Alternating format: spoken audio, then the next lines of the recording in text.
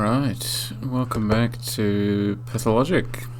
Pathologic 1, we're still playing this, which is still kind of crazy to me. I've been doing this project, trying to play and analyze it live for quite some time now. I think I started, did I start in 2023? Not sure, it was a terrifyingly long time ago. But anyway, we're here. We're in the home stretch, really. Day 7 of Artemis' campaign. And Pathologic 3 is coming out in a couple of weeks. Will I be able to finish it? Who knows? But I think that announcement that is coming out on the 17th of March is really the sort of final push that I needed. Just let's just play it. Let's just get it done, right? Let's get to the end.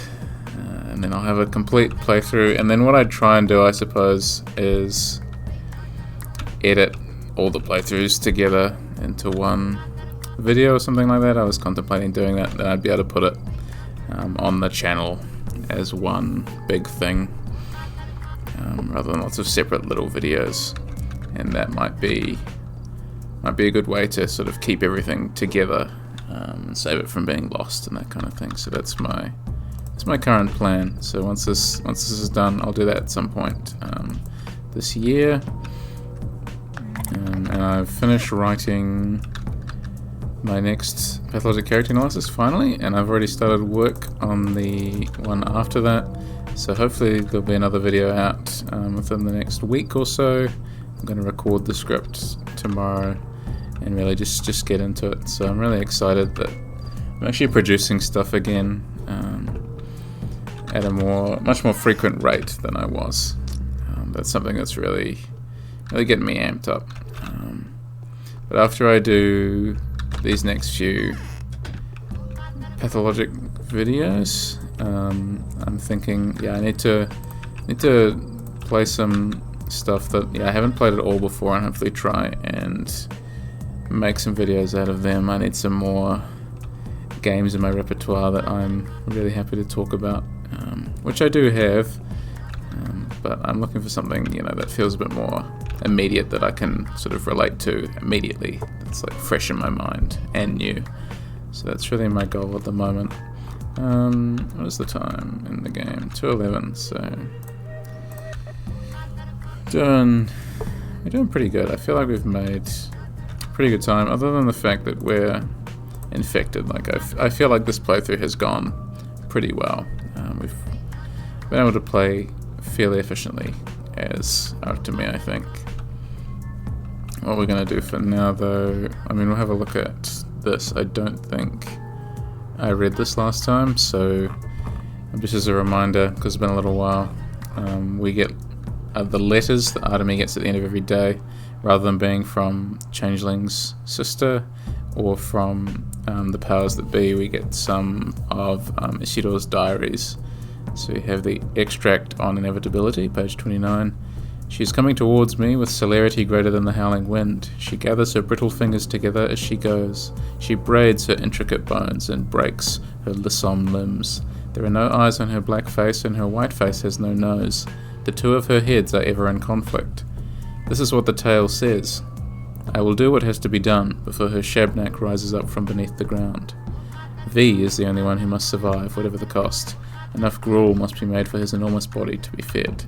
And of course, if you played Pathologic 2 as well, really the mystery of who this, the greatest of Artemis Bounders is the sort of the thing that's driving us at the moment, right? Like, who is this person and how can we save them if they require panacea on an untold scale?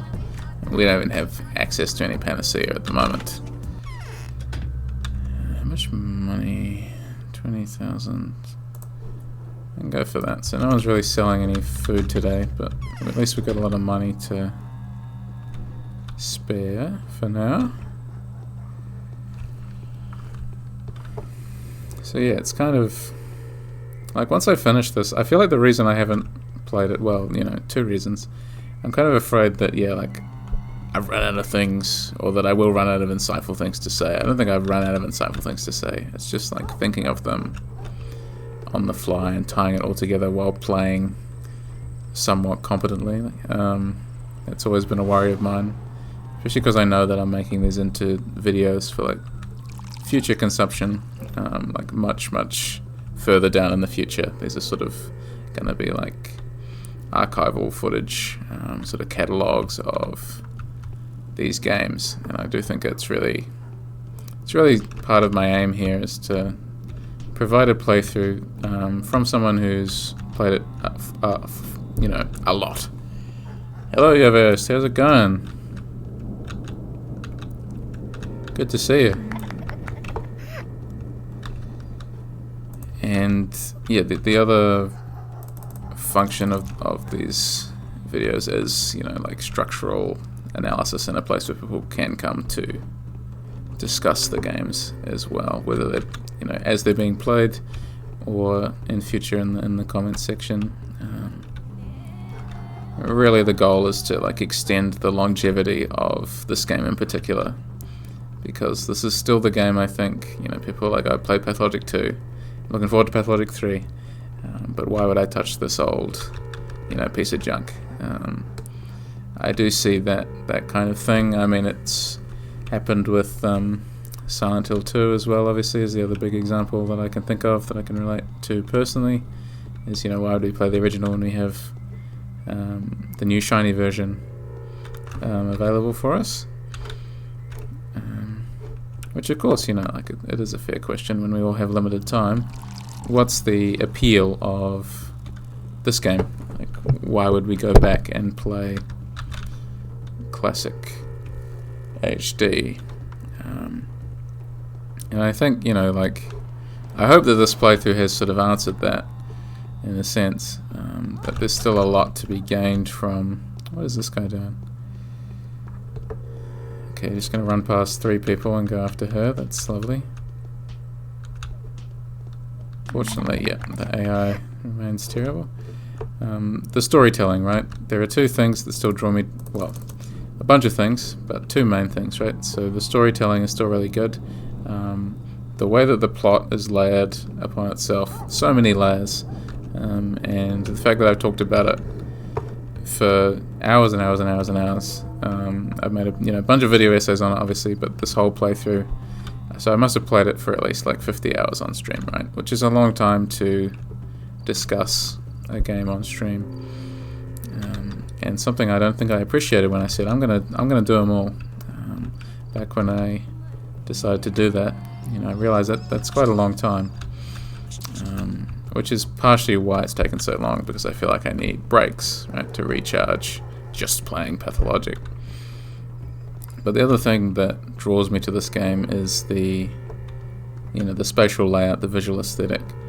And as I said in my previous Silent Hill stream, which was last week, my plan for this year is to essentially do 3 video essays. I'm not sure whether that all come out this year, but what I wanted to do was have a breakdown of the really important spaces in Pathologic, and again, I'm not sure whether I'd put Classic HD and 2 and 3 into the same video, but at least what I'd try and do is break the game into districts and then break the video into spaces.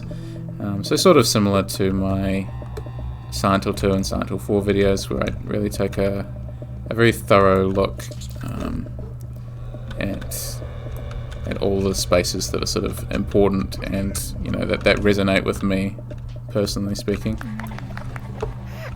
So that's a goal for this year, is to produce at least one of those. And yeah, I haven't... There's a bunch of blog posts I really need to finish. But I've really been driven just to produce a lot of video essay stuff, because there's a lot of stuff I've just been sitting on, right? And what I'm looking to do is just release a lot of that stuff, or finish a lot of that stuff in particular, and just say, okay, like I've been thinking about this for long enough, I just need to make it. I just need to produce it and get it out there. And I think it's only then that I'll start to see like an improvement in my own skills again. Just because I went a long time. I think I went like 6 months without making a video essay last year, because I released the last one in June, July or something, and that was a long time ago. So I think I lost some of the flow, I think, that goes into making a video essay different from a written essay, and I'm definitely better still at the written stuff. And this year, I think both on stream and video essay, I really want to challenge myself to start producing stuff that feels of like a higher quality. I think that the biggest problem that I have still is writing a script that feels like made for video. That's a challenge that I'm still facing up to, right?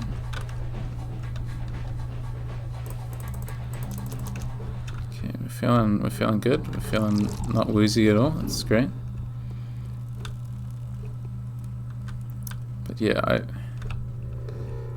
there's this really interesting prevailing part of me that is just that thinks of this game as a comfort game, and repetition obviously has a big part to do with that, right? Because repetition is, I think, part of what makes human beings like feel at home in places, or at least comfortable.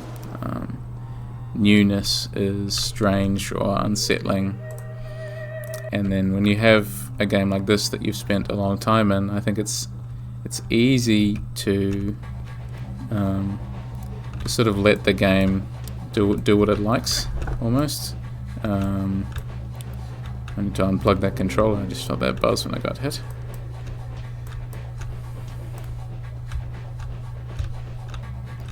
The combat remains incredible. But I think it's just, like the ease of slotting into it and being able to write about something that I'm so intimately familiar with is really good and really helpful. But it's also like, what else do I need to do?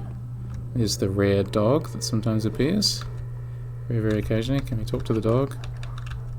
We can tell it to stop. If we press E on it, it cancels its animation. I'm not really sure.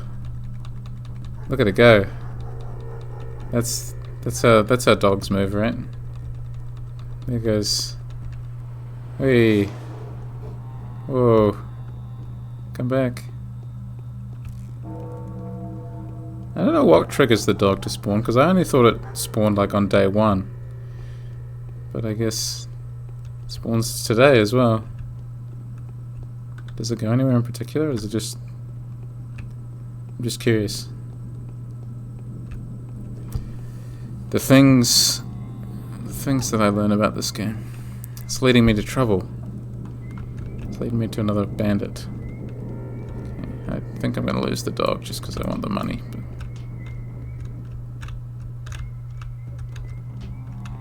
try to pick up the dog's trail. Cool. Just as long as I'm the one to kill them, I get the reputation boost and the money and stuff. Alright, it's back. It's just going in a loop? No, it's not going in a loop, it's... Oh. It's gonna stare at the wall of Anna's house. Really, really stare at it, really. Okay. I just don't understand. I think that's, that's part of the magic of games as well, right? The repetition, and you think you're so comfortable in the game, and then even just the bizarre oddities of the game's coding can create new weird moments, which is what I really appreciate. I think if I go into an interior, the dog will despawn. I don't think it's going to go into the infected district. Point of view, you pretended to throw a tennis ball for your dog. Pretty, yeah. I wouldn't be that cruel, but Harrispix wouldn't be that cruel, surely. We're following the dog to make sure it finds a tennis ball. We want it to be safe.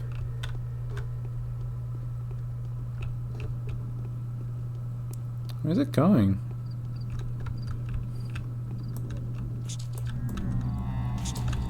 I got high reputation. I'm not gonna just like lose all my reputation by like taunting a dog, you know. Okay, maybe we actually did lose it this time. It could be anywhere. Hello? Dog? Where's the dog?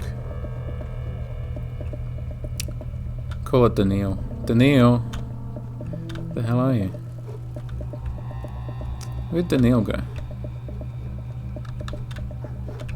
I have no idea. No, he's gone. Could hear them barking, as I always do, but never see them. So that was the elusive dog sighting that hardly ever happens in this game. Just for anyone who's like, for whatever reason, tuned into this in particular and has no idea what Pathologic is, that's a really exciting moment. It's like that's a real highlight of the gameplay is finding a dog. So rare. I feel very privileged and lucky to have seen that happen. Do you have any food? Wait, sorry, oops. Right, they're one of the patrol guys, not one of the... There's a difference even though they have the same character model. If they're waiting by the district entrance, they can be traded with, but if they're just wandering through the streets, they can't. I'll take that. I'll take one of those. Thank you. I'm just going to stay away from the lunatic with the Molotov cocktails, because I am infected and he would probably try and attack me at this stage. I'm hoping we can hold on until I get a panacea, but I can't remember what day we make the panacea in the original one, so I suppose we shall find out. Hello! Yes, I am.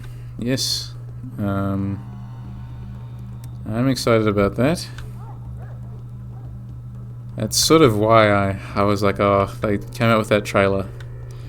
And I said, oh fine, I guess I better finish this before that happens. I don't know whether I'm going to be able to do that, but I'm gonna do something. We'll get most of the way there anyway. But now it's thrown me off. I was gonna have time to play Pathologic 2 before Pathologic 3 came out, but I've been too slow. I can't believe it's been almost 6 years since Pathologic 2 came out. It's actually absurd. Very soon people will be calling Pathologic 2, oh, that's that old weird game. I'd much rather play Pathologic 3. Yeah. But no, I'm very excited. I'm gonna play it here. Possibly first. I might just play it and, we'll see what happens.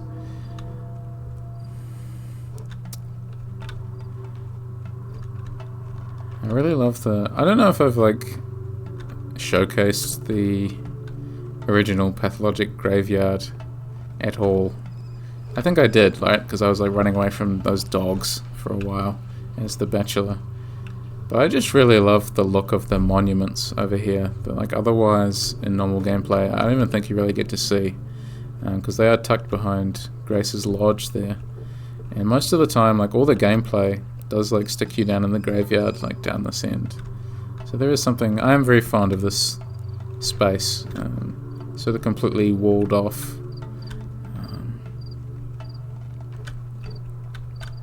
Yeah, is it? There's no, I seem to recall trying to jump out, but I don't think I managed that.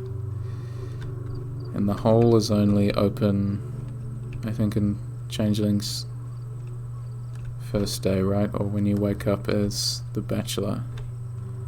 I don't know if it's ever open as after me. But yes. Is everyone else excited and ready for Pathologic 3? Or are we all gonna wait? Wait for the reviews. Wait for Rock Paper Shotgun to cover them. Just to make sure that it's good, right? That disastrous review of Pathologic 2, I'll always remember that.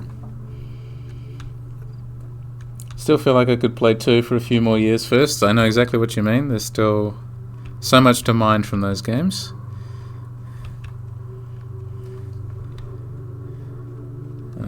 Yeah, to 2 in particular. I still feel like I'm hung up on 1, to be perfectly honest. I mean, obviously I am, but yeah, I still feel like there's stuff to talk about in regards to the first one, which is obviously why I'm here.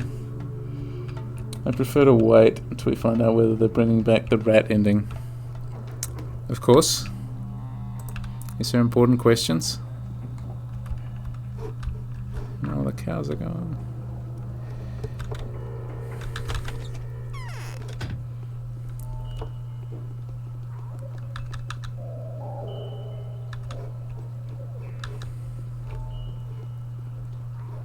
Okay.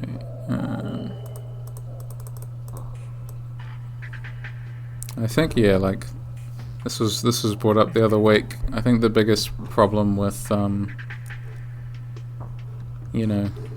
my excitement is slightly tempered by the allegations that have come out against Dybowski, both back in, I think, 2020 and obviously at the end of last year. I'm aware now that he doesn't really have that much to do with the studio, as far as I understand, but it's still, still difficult trying to sort of sort my own feelings out, I think. It's, like, I'm still really excited, and this is still the game that legitimately changed my life. But there's still this uneasy, fateful, which is to say crucial and life-changing for the high respects, day 7. Cool. But yeah, it's, it does put us all, I think, in an uneasy position of okay, this is really good stuff, really clever, very deeply empathetic towards human beings and inspiring, hopeful, and yet, it's written by a person who, apparently doesn't stick to those values in his own life. So, it does make things uncomfortable and a bit more difficult. I also feel a bit weird, as far as I could tell by reading about it, and I read about it, it was a few months ago by now. I haven't read up again on it recently, which I probably should do. But he doesn't have much to do with Pathologic 3. I don't think. He's sort of very much distant consultant, role is how the studio seemed to describe him. But obviously they'd want to distance themselves from him after those allegations as well. But I think it's something to be aware of and something to be conscious of as players of these games. And I'm a huge fan. Obviously, I still ramble about them to everybody that I can, and it does have to come with this disclaimer of just be aware as well that there's this point of weirdness and allegations of abuse and that kind of thing that are tied to this. So we just have to be aware of that, and I think also open to the fact that bad people can make good art, which I think a lot of people also have trouble grappling with. If you play something or experience something made by a person who is, who's done some not so nice things, to put it mildly. Exactly, their work. It is important their work exists, right? And it doesn't make you bad necessarily for consuming the art. Obviously, there are a number of people whose art I would never consume or purchase myself. I wouldn't want to financially support them in any way. And in this case, it's really quite difficult for me to consider, but still, yes, important that the art exists, and just because the person is bad doesn't make the art bad, or vice versa. Just because someone's made a really good bit of art doesn't absolve them of guilt or make them worthy of defending in that way. We always have to take a more more nuanced look at that. But that's very difficult to do, I think. But it's about the one thing that's like making me, not excited for it. Like the rest of me is like full steam ahead. Like, let's go. Like, I've been waiting so long for this. But I am still like I'm still very aware of that, and I do want people as well to be aware of that. I think when they're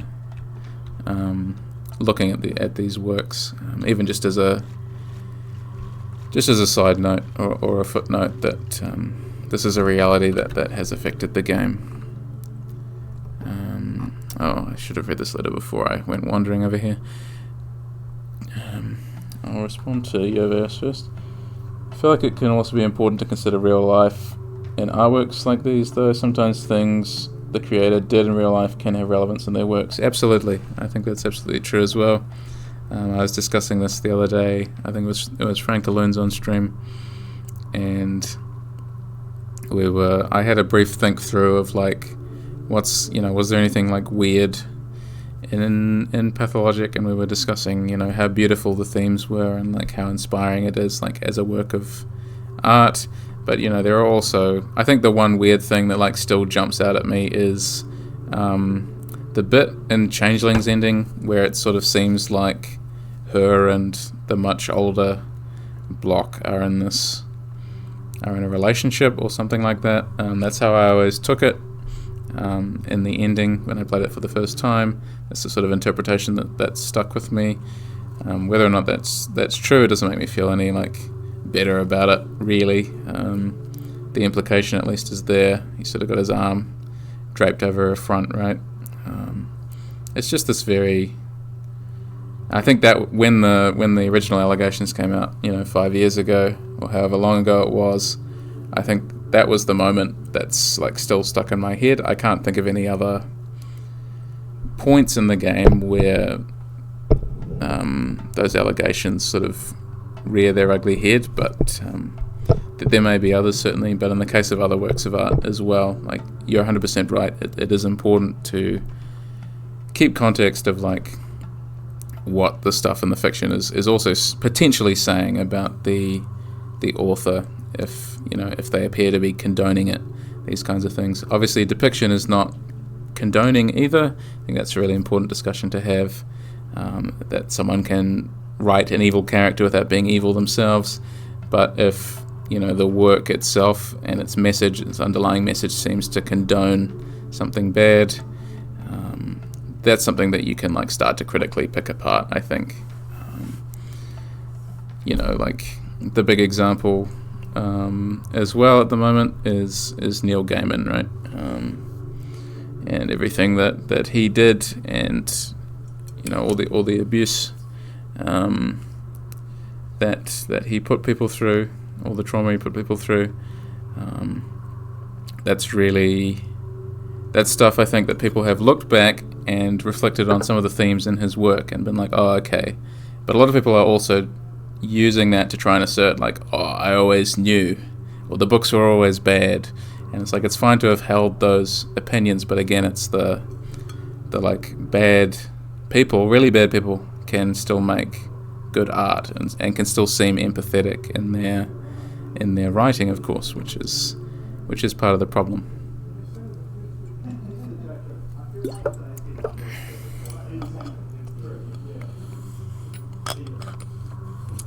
Well, thank you, chatbot. I really appreciate that scintillating insight into this really important discussion that we're having. I hadn't considered that before. That's crazy. Okay. Georgie and Victor Kane were interrogated by the Inquisitor yesterday. According to Maria, you won't survive this meeting. The Inquisitor has proven too intelligent to believe the Ripper tales, and astute enough to acknowledge what kind of discovery you're set out to make. Long story short, the Kanes believe that she will have you killed as soon as you tell her you know how a panacea can be produced. Not sure what the logic behind this may be, but they're positive of their suspicion. Speaking of panacea, do you really know how to make one? I, for one, would be most pleased if you did. Be very careful with the Inquisitor. She's in charge of the patrolmen now. They follow her orders. Vlad Olgimsky, the younger, in brackets. I love that. P.S. The Mother Superior wanted to meet you. Please do not leave her if you learn that she may be in danger. She is a very, very unhappy child, but she has a heart of gold. It is imperative that she survives. The Inquisitor will open the termitory today, I think. We got a letter from the Bachelor as well. Regrettably, artificial synthesis is not an option. The ingredients do not match. The only solution is to obtain a natural hybrid of man and bull. However, insofar as such a creature does not exist, all we have left is to acknowledge the imperfection of the world and to mourn the failure of our intentions. Sorrowfully, Daniil Dankovsky. P.S. I'll have you know that my own mission of identifying the disease carrier was likewise a fiasco. Apparently the creature I'm trying to catch does not exist either. A feeble consolation, I know, but perhaps it'll help you see how much I feel for you. You may want to hurry if you want to talk. The Inquisitor has summoned me for an interrogation. In all likelihood, this will be the last you ever see of me. Right, so we've got quite a few people to talk to. Mother Superior, Daniil, and the Inquisitor, and possibly the Canes as well. Might have some interesting things to say about their meetings, and also possibly Vlad the Younger. We want to go this way, point ourselves in the right direction. No, I never thought about it like that before either. Yeah, we'll have to write that down, I think. It'll appear in the next character analysis video I do, I'm sure. I'd never seen it framed like that before. Just incredible discussion.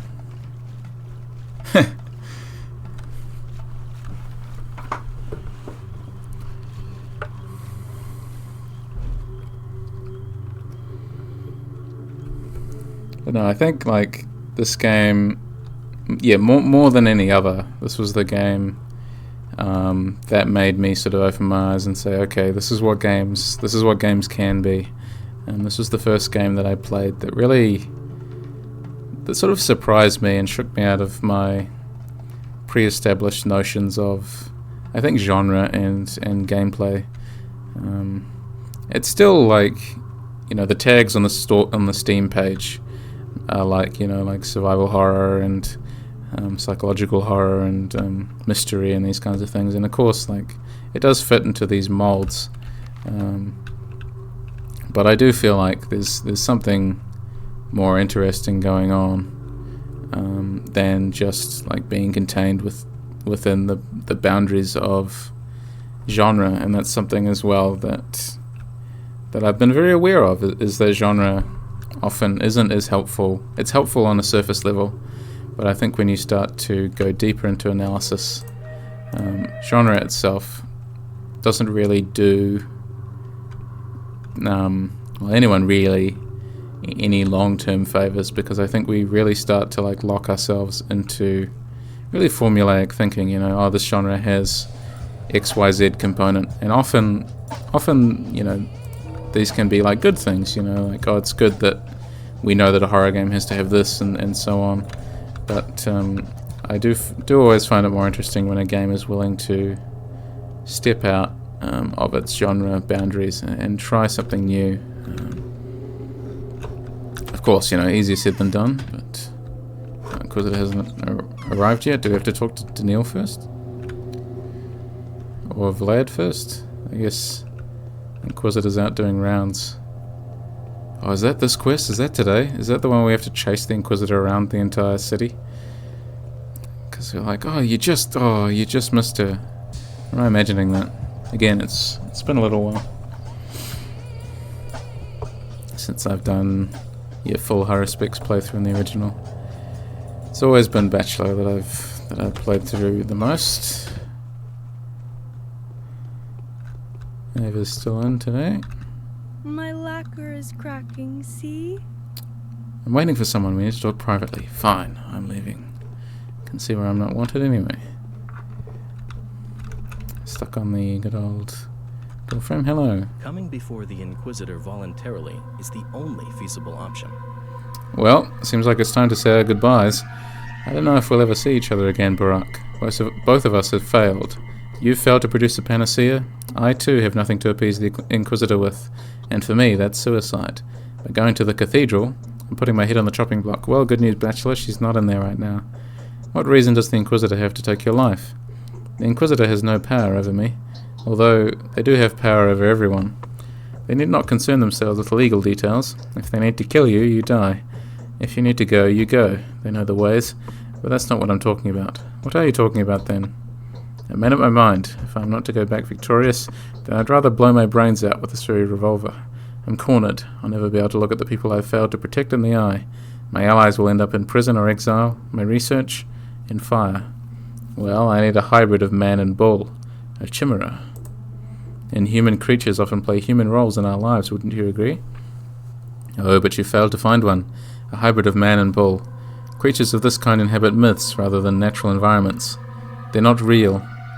And so I won't be able to make a panacea. You said we could try artificial synthesis, didn't you? No, it's useless, and impossible without Reuben anyway. Perhaps there is another way for me to fulfill my duty. If only I knew whom my father had marked with the damn sign. Oh, have you given in to despair? Whoever this mysterious patient is, there's only one thing that can save him. The panacea. If it's not too late, I mean. So many have died.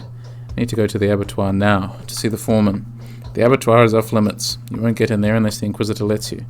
It is the Inquisitor who's now in charge of fighting the epidemic, and everything else. I can do just fine without it. You're going to need their clearance for movement anyway. I advise you receive it sooner rather than later. If your ill fame precedes you, well, it would be better if you came on your own volition. Outrun ugly rumours and let them know that you're dissecting bodies for a reason. Well, that's actually solid advice. The cathedral it is then. Easily persuaded. 100% agree about genres. The Shining and Manos, The Hands of Fate are technically in the same genre, but they couldn't be more different. Yes, genres can be very misleading in that way. I think that's the thing, is that like if I go into a work and someone says, oh, this is, great horror fiction or whatever, and they've handed me Manos, like I'm going to be disappointed because they said it's horror, but if they said like, it's all about expectation, I think. If you're going into something and you've been misled by the genre, you're in for just a generally worse time, I think. And I do wonder what it would be like if, we didn't have these labels that we used so easily. Human beings are very good at using labels. Oh dear. I love the little, drop in these guys do. Hey, here on business, mate. Loitering is forbidden here, Why are you here? Volunteer patrol guard forces have been transferred under the command of the government emissary. We're guarding the press and executing the Inquisitor's orders, so please kindly comply. I need to see them. Talk to the head executor. Ours is a modest role. What's with the military bearing? This isn't a parade. Everyone? Look who's here. Isn't it the Haruspex, the star comedian of the town? Well, thank you. I got a good joke once in a while. I need to see the Inquisitor. I hereby inform you that Her Excellency has left to investigate the termitory, since the emissaries have shown excessive fervour in dealing out punishment, and also to investigate the site of the tragedy, and to make acquaintance with the young Mother Superior, of course. Makes sense. Yes, today is the day where we just run around senselessly. Please be so kind as to speak to the one in charge, good sir. I don't have the authority. I am merely a decoration, so to speak. Are you an extra? Yes. I've been luckier than you, but I'm more likely to survive. Again, the game playing up the theatrical components. We're just going to wander through the step, I think, to avoid becoming infected. Any more than we already are. Just easier that way. Maybe we'll find some twire or something too. But there's, it was, I think the Void was where I first came into trouble with genre. People struggle so hard to define Pathologic that they call it a pain simulator, but I think that's just a result of it not being easily labelled, and I think that's a good thing. I think a game, or anything really, being able to resist an easy label does make it more interesting. If you don't know what box exactly it fits in, I feel like it's doing something right. But I guess, speaking with, bias as a non-binary person, I suppose. But yeah, I often see the Void as, pain simulator as well, right? That's as close as I think people can get. It's like, well, it must be something. It has to be something. We have to describe it as something. And that's the difficulty of I think of trying to sell and advertise these games, right, is actually, you know, on a certain level in the world that we live in, marketing is important. Like, how do you make this game appealing? And, you know, if the whole point of the game is that you're going to suffer horribly and be in pain and struggle and be miserable,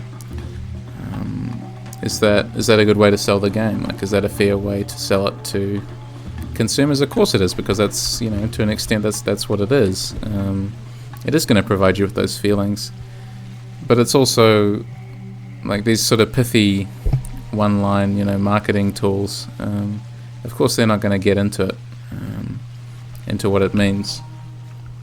It's hard to advertise walking anxiously. Well, exactly. How do you actually make that sound appealing to someone? Like, I mean, that's sort of what I've been doing for the past few years, right? When it comes to talking about Pathologic, like, how do I draw people in? Like, what is it that appeals about the game to me? And like, a lot of what appeals about the game to me is its difficulty, is the frustration that it causes, or the, you know, the sadness or the pain. But at the same time, it's also the stuff that comes as a consequence of that pain, like the more rewarding feelings that we get, like, from actually succeeding at the game's challenges. And it is hard to describe, like, that kind of weird, like, long-lasting euphoria, both on like a gameplay and a narrative level, of like, I managed to beat this really hard thing. I you know, cured the plague or whatever. I made it to the end of this miserable experience. And often the question I receive is like, well, why would I spend, you know, 20, 30 hours, maybe more, as each character wading through this, when, you know, like, I could look up a summary or that kind of thing. That's hasn't happened to me very often, but to be honest, but I have had that conversation before of like, well, why should I? What's the importance? And, you know, like, as with anything, I think it's a personal process. I think it's the actual act of thinking and learning about oneself, and that's really, as I study more and more horror games, I think, like, that's what I find most valuable about them, is that horror games often are tools for self-reflection because they make us play differently. They make us think about the world differently. They often upset the traditional rhythms of other genres of gameplay. And the best horror games, as we were just saying, like, evade genre entirely. They have horror themes, perhaps in their presentation or narrative or gameplay or what have you, but they're also doing something more complicated with traditional gameplay structures, which of course is like why the original Silent Hill 2 resonates, which is why Haunting Ground still works for me, because these are games that work within the, like, genre framework, but push it in, like, different ways, and really maximize the use of a genre, and in doing so, like, make it into something else. But it is, you know, it is a struggle to tell anyone to play this. I think people often would prefer just, like, not to. Just in general, like, I will just watch someone else play it, which is fair enough. But I want to be the kind of person who's playing this, but who can also turn around to people and say, well, no, it's your turn, you know, like, you've experienced this vicariously, but there's actually, you're going to get a lot more out of it if you do play it yourself. There's this, you know, the importance of boredom or whatever is actually quite surprising. Number of studies on that kind of thing, right?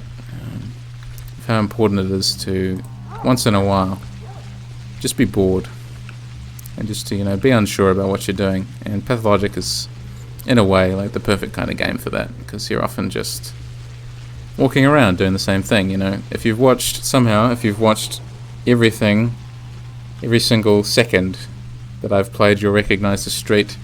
I've taken this exact route a number of times, and it's the importance of that repetition, I think, as I was saying.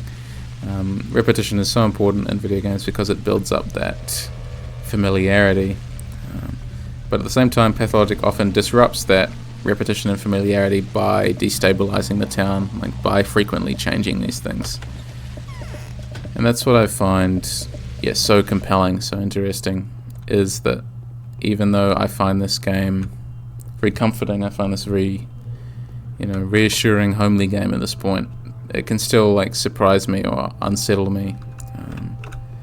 It still has that potential, that capacity, just because the town itself can be disrupted, and we're watching a body die, decay, or change. And I think like that makes us self-reflect, right? Oh, what a shame, we're too late to see Aglaia. I wonder where she could have gone. Hello. Feels like I'm peeping. Look, y'all, here comes a warden. I'm gonna test you. Look, y'all, I don't remember that. I'm gonna test you now. Will you answer? I'll try to do my best, y'all. Tell me, how do they call upon the Minku? The faithful of Warden Kin. Well, I love this. Known by their eyes, something, them who are knowledgeable, right? Known by their hands, for they are butchers. Known by their eyes, for they are surgeons. So you do know. I'm ready to speak to you. But don't cross me, or I could get very, very angry, very, very quickly. I'm not going to tease you. So this changeling will replace the condemned? Uncle Barak, we've had an extraordinary lady guest come by. She's still here? No, she went to the town jail, and she was so angry. She's ordered to unlock the termitory. Said there was no one there to escape anyway. What else did she say? She said she'll punish those who are responsible for this big time. It won't be easy to find out who's to blame, I told her. She'll crack the puzzle though, I think. I thought everyone knew who issued the order to lock the termitory up. Well, I don't, but the guest said she would find out. Ugh, she's so menacing. All I wanted was to shrink into a very, very tiny little thingy. That's how scared I was. And I'm not one to get scared easily. I love her dialogue. I love her character voice. It just carries through really well. It's strange she's left you here. Cool. Alright, where we go then? Do we have any... Use our bandages.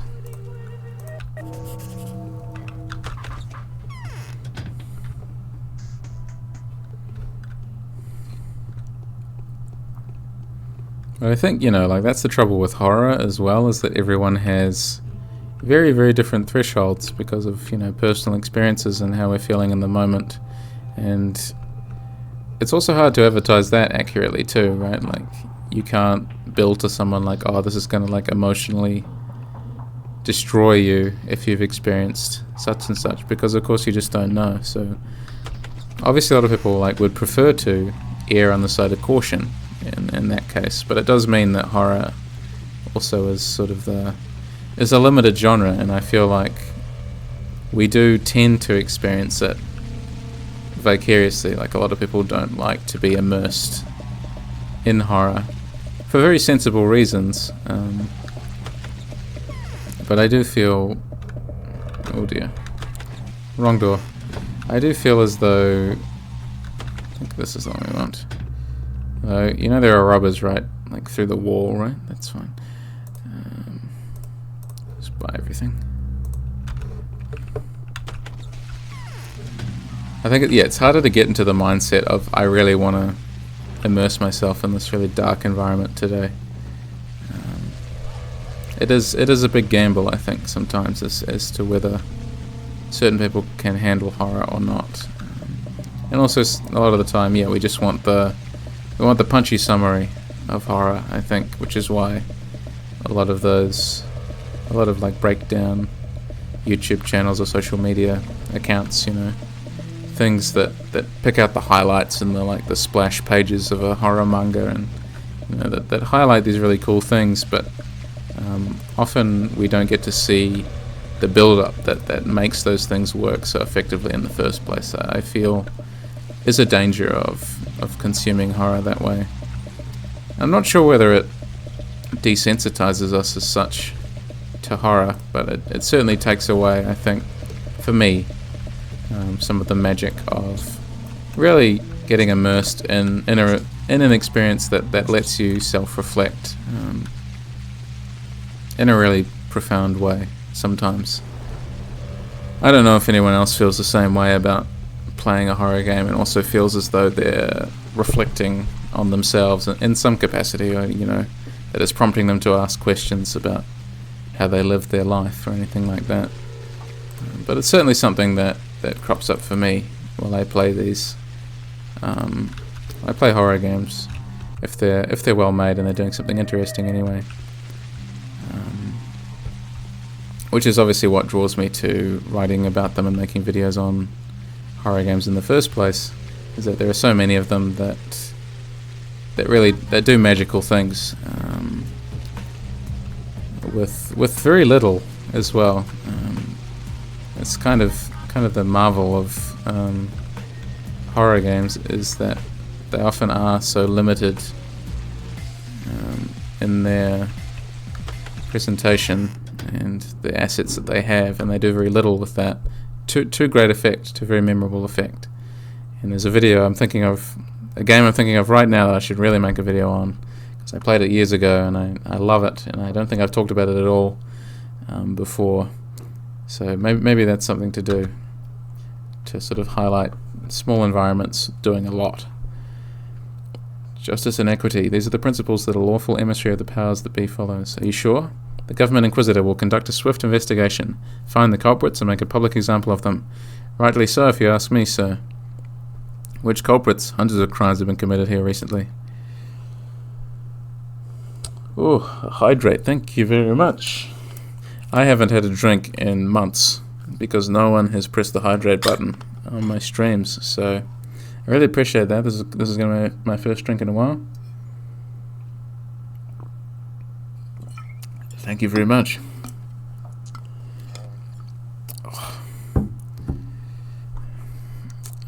I mean this jail, sir.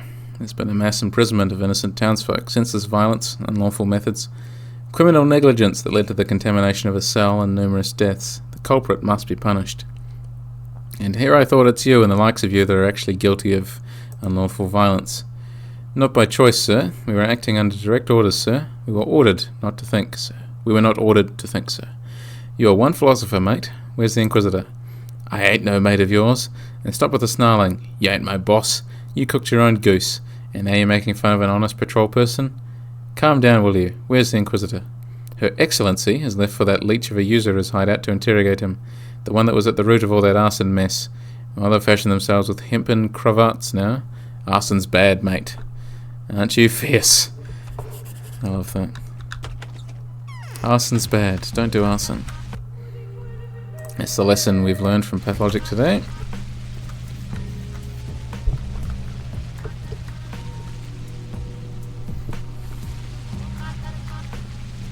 But I think, yeah, like, it will be interesting to finally finish this, because this has sort of just been like the project of my whole streaming channel. It's just like always been burning away in the background. So when I do finish the original Pathologic, am I going to know what to do with myself? I'm not sure. It's going to be interesting. I'll take that rat out of the way. Yeah, like, it's been the game that I've played the most. It's been the game I've had the most to say. And it's also like, it's a really easy game to talk about while analyzing, because so much time is passing where I'm not having to intensely focus on really difficult gameplay. So it works really well for my relaxed, sedate streaming style. It just happens to appeal to me very much.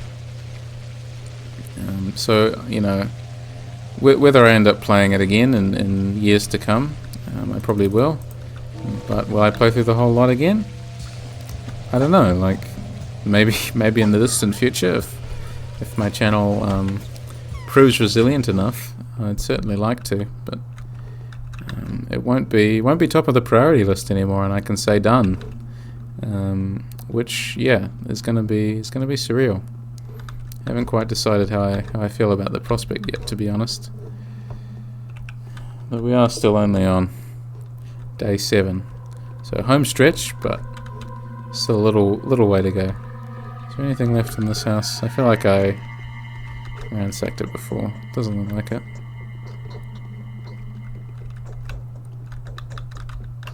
Nope, nothing.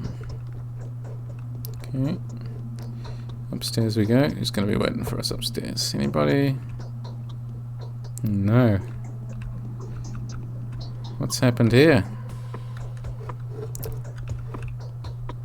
Poor Molotov cocktail, people. It's time to investigate the murder, I guess. You're here for the same reason as we, aren't you? As we are, aren't you? Seems like we'll have to wait some more. Hopefully we'll get a chance to neutralize her with a single strike. Sever her spine with a precise scalpel slice, so to speak. Undercut her. What? Aglaia vowed to punish the Cains for persecuting Reuben, and thus allegedly preventing him from making the medicine that could save us all. Can you imagine? The hypocrisy. Oh, but we'll stand up to her. How is that hypocritical? Oh, a medicine like that would be extremely disadvantageous to Aglaia. Seems like that is something she should be striving to find, doesn't it? But I promise you, if she finds out that someone's crossed her, well, let's just say I don't envy the bastard. Poor Reuben. You weren't assisting him, I hope? I was doing something else. You just wait. Victor will find a way to cut her claws. He knows whose skeleton lies in her closet. She can dream all she likes about persecuting the creator of the medicine, but her scheme will fall through if her game is exposed. We had no sympathy for Reuben, yet now we're on his side. Wait a second, are you telling the truth? She wants to get rid of the creator of the panacea? You need proof? Speak to Victor then. We are only here as a resistance force. To hell with the upcoming tyranny. To hell with hypocritical investigators covering up personal agendas. Such an inquisitor will do nothing for our town. I hope Victor's in. These guys have anything to say? Oh no, I have no idea what's going on either. Talk to that guy over there. Although I doubt he's going to be of any more help to you than I am. But I'm only here out of a sense of camaraderie. You students. Bloody students killing people just like that. All fired up over nothing.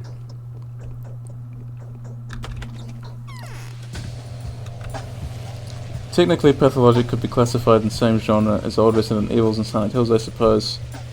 But it doesn't really tell you much. Well, that's the thing, right, is that if we're talking about genre, I think it does, like, in terms of like resource management and maybe aesthetics, it gives you an okay like starting place. But I feel like if I said to someone, you know, do you like the original Silent Hill? You're gonna love Pathologic. They probably would come into it, I think, with the wrong expectation, because there's more of a fusion of genres, particularly like the dialogue and that kind of thing. But it is an excellent point. I think it's a good starting place, right? But again, yeah, the interesting thing is that you do always have to provide that caveat with Pathologic to say, well, it's like this, but it's similar to this, but, you know. Who is it walking upstairs? You see, Barak, the Wheel of Fortune takes unexpected turns every now and then. What a strange coincidence. Is it even a coincidence at all? We were expecting the experienced Orr for the resolute Kaminsky, yet they've sent Aglaia Lilac, of all people. How is it strange? Well, for one thing, Aglaia Lilac is my late wife's sister. We could think ourselves lucky, were it not for an old mutual grudge between the sisters that persisted despite the difference in age. It's a terrible, hopeless feud that even the elder sister's death has done nothing to assuage. It is a coincidence. I fear that too many personal interests will get in the way of Aglaia's duty here, none of these personal interests being remotely favourable for us. I think Aglaia Lilac regards this expedition as a mere pretext for revenge. Since when are Inquisitors allowed to have feelings? Some are. You see, it's only getting stranger from here. I've been informed of another strange detail by a person from the capital whom I trust. According to him, the High Tribunal of the Inquisitors Collegium has sentenced Aglaia to death. What? There are three possibilities here. 1, my information is incorrect. 2, she has come here of her own accord, having disposed of the real Inquisitor and usurped their authority. If anything, she has nothing to lose anymore, but that's too hard to believe. Well, what about the third possibility? The third and most likely possibility is that the powers that be have granted Aglaia Lilac a last chance to redeem herself by giving her an all but hopeless mission. It makes sense. Her chances of survival here are quite low to begin with. This version seems to be the best one for us, and the worst one for you. Why?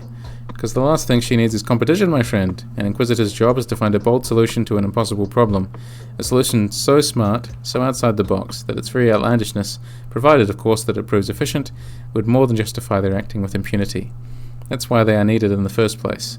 You've robbed Aglaya of the chance to prove her worth. I'm afraid she's already aware of that. I'm no competitor to her. What about your panacea? The Bachelor has told me there's only one tiny step left for you to make. If that is not the solution to the problem, what is? Were it not for these unfortunate tribulations poor Dr. Rubin had to go through because of us, you would have created it already, wouldn't you? No, I wouldn't have. Well, then you can stand before the Inquisitor with a clear conscience. You won't be able to avoid it anyway, unless you're considering fleeing the town, of course. I'm considering nothing of the sort. She's probably already at the cathedral. All I can do is wish you luck. Fortune has been kind to you of late. Perhaps it will continue to shower you with its abundant gifts. If you go to the cathedral, I'd say the odds of your survival and non-detainment are 3 to 7. I should hope so. I love talking to Victor. The bite is always the best part, but the only way I got my friends into it is by brain rotting for 5 years in a row. Wonder what Pathologic 3 is going to be like, such a huge genre shift. Bit sad about old mechanics going, and also a bit confused about how the hell they're going to make strategy and detective game work with time travel. I feel like strategy and detective are both kind of reliant on not knowing what comes next. Extremely skeptical and extremely excited. I mean, I think you've summarized some of my thoughts there. Is that at the very least it sounds like a novel approach to genre, and temporality is something I've been looking at in regards to video games. So having an experience like Pathologic suddenly become apparently like thoroughly non-linear, I think we're going to see some really very interesting things come of the structure of the game and how we're relating to the characters and the spaces within it. Because video games, the affordance of video games, right, and the temporality inherent to video games is that we can go back and forwards.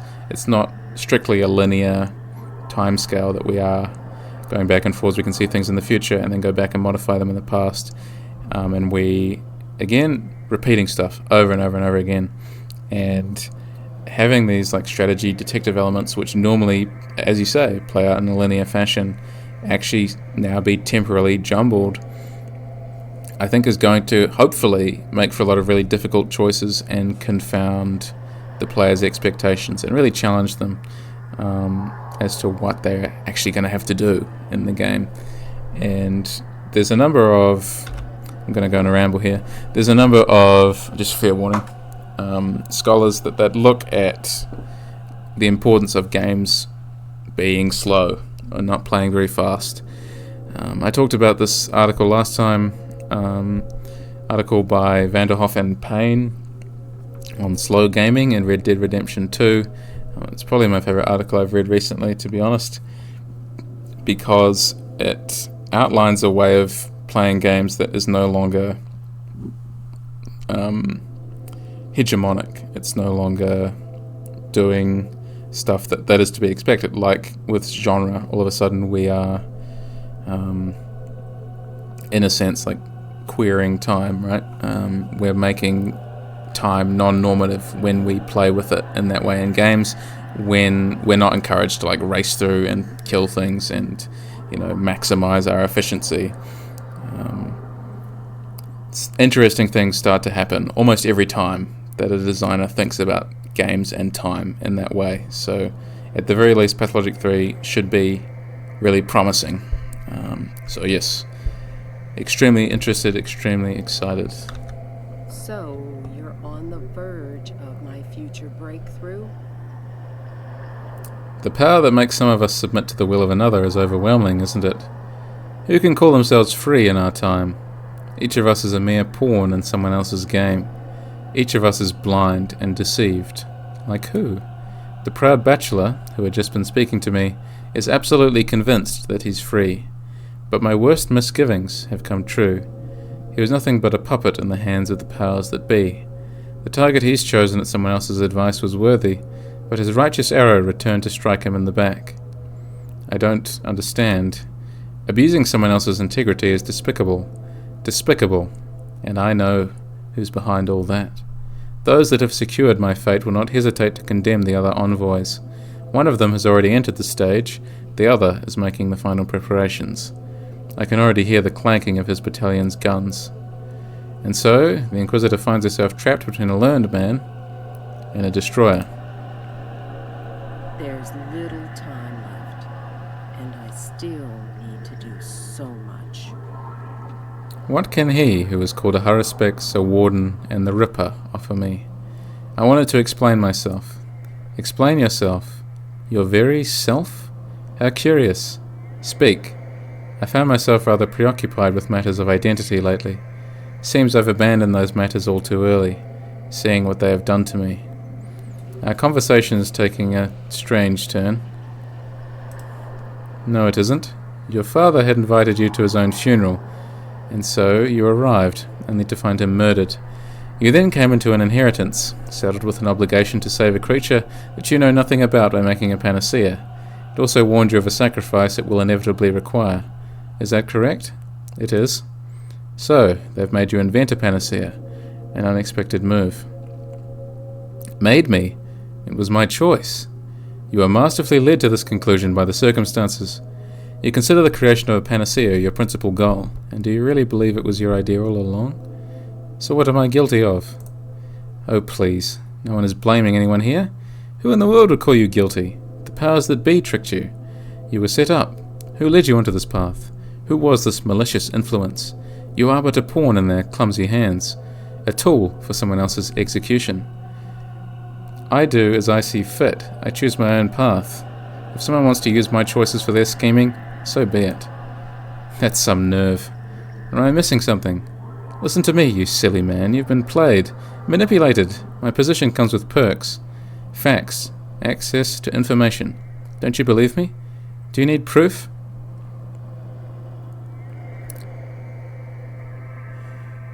Do you expect me to change my decisions just for the pleasure of spoiling someone else's schemes?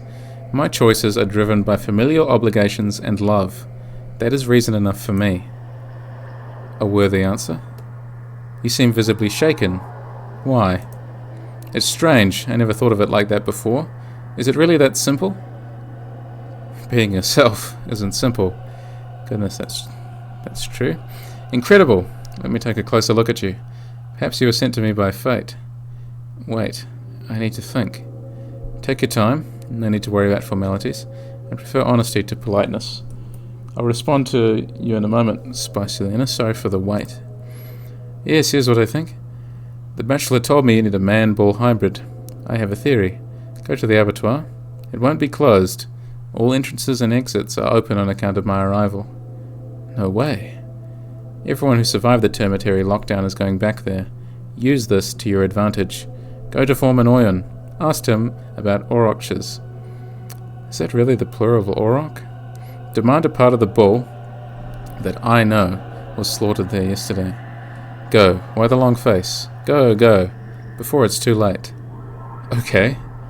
I have no idea what just happened, but I'm on my way. I love all the conversations with the Inquisitor in this game. Just incredible. I love the way in which each character defends themselves against her, and the way in which she picks them apart. And Artemy's one there, yeah, particularly beautiful. Pathologic is the perfect series to explore that querying of time. Usually it's the player that can choose the pace, and Pathologic was always about player being part of the act from the start. What you said made me warm up to the idea. Thank you. Yeah. Well, I'm glad you latched on to that idea. There's a lot to talk about there, but I think in particular, as you say, right, Pathologic's pace is set by the player in a way that many other games don't allow you to.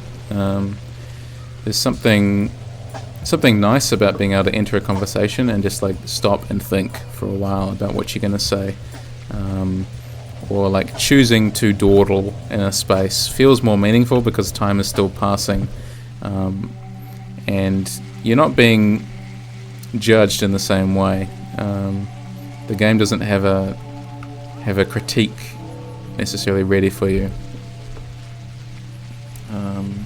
Aglaya has so much more time to shine in Pathologic 1 compared to Pathologic 2. That too. She's a really wonderful character. I'm hoping to do a character analysis on her at some stage.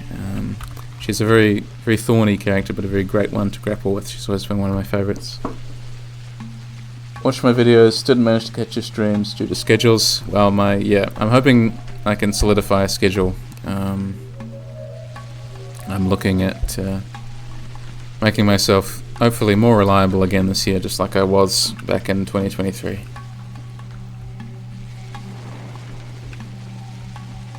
I think, right, like time in video games, time and space, those are my two really big areas of interest, beyond like character narratives and studying a game as like a proper literary text and giving it that respect. Time and space are two things that I really am invested in. So when a game does allow you to do interesting things with it that don't feel hegemonic, right? That we're doing something different, we're actually challenging ourselves, and really also like examining the way in which we spend our own time. Factorio, made purely as fun automation game, makes you think of industry and colonialism and time and how factory consumes everything. Well, I mean, that's if you watch my videos, you will have heard me mention this name before. Ian Bogost, very famous game studies scholar, media studies scholar, who put forward the idea of procedural rhetoric. So basically that a game's gameplay contains a message, even if that message doesn't align with the message of the narrative, or the world, or the game world's message. The gameplay still tells us something about the belief of the game or the developers, right?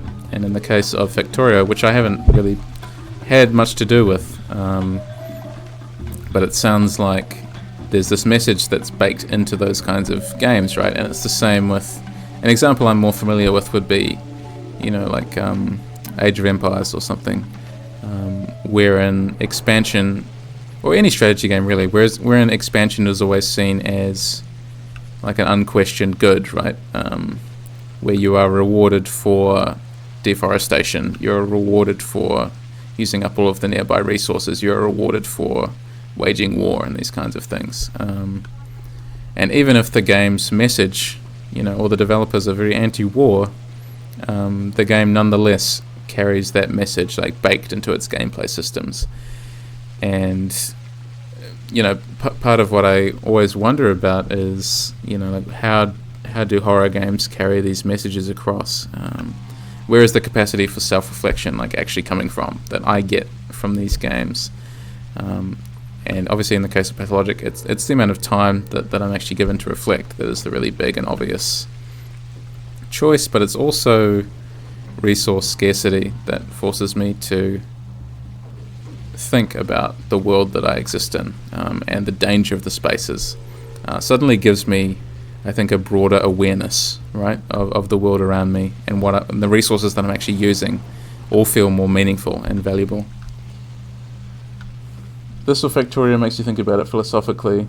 Always seems silly because my friends, for example, don't seem to think about it like that. But I like the Pathologic actually makes it part of its own plot. Well, that does help when the narrative aligns with the gameplay message.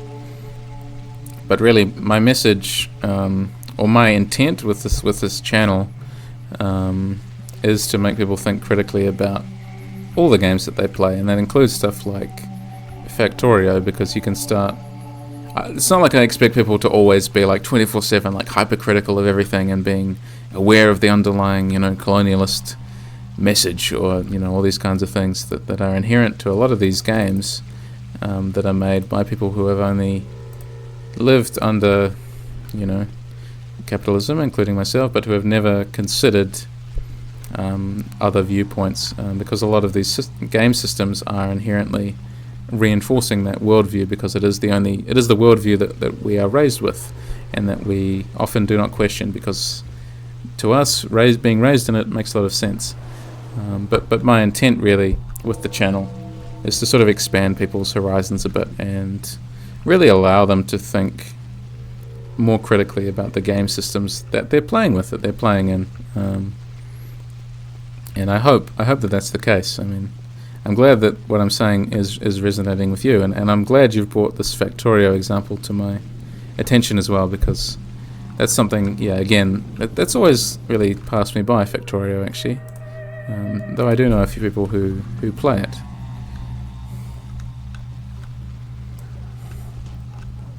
Well, yeah, like 100%. I mean, if the game doesn't discourage it, why should we feel bad about it, I think is often people's fallback. You know, if I'm not being punished, why should I care? People, yeah, just, yeah, eating resources, expanding.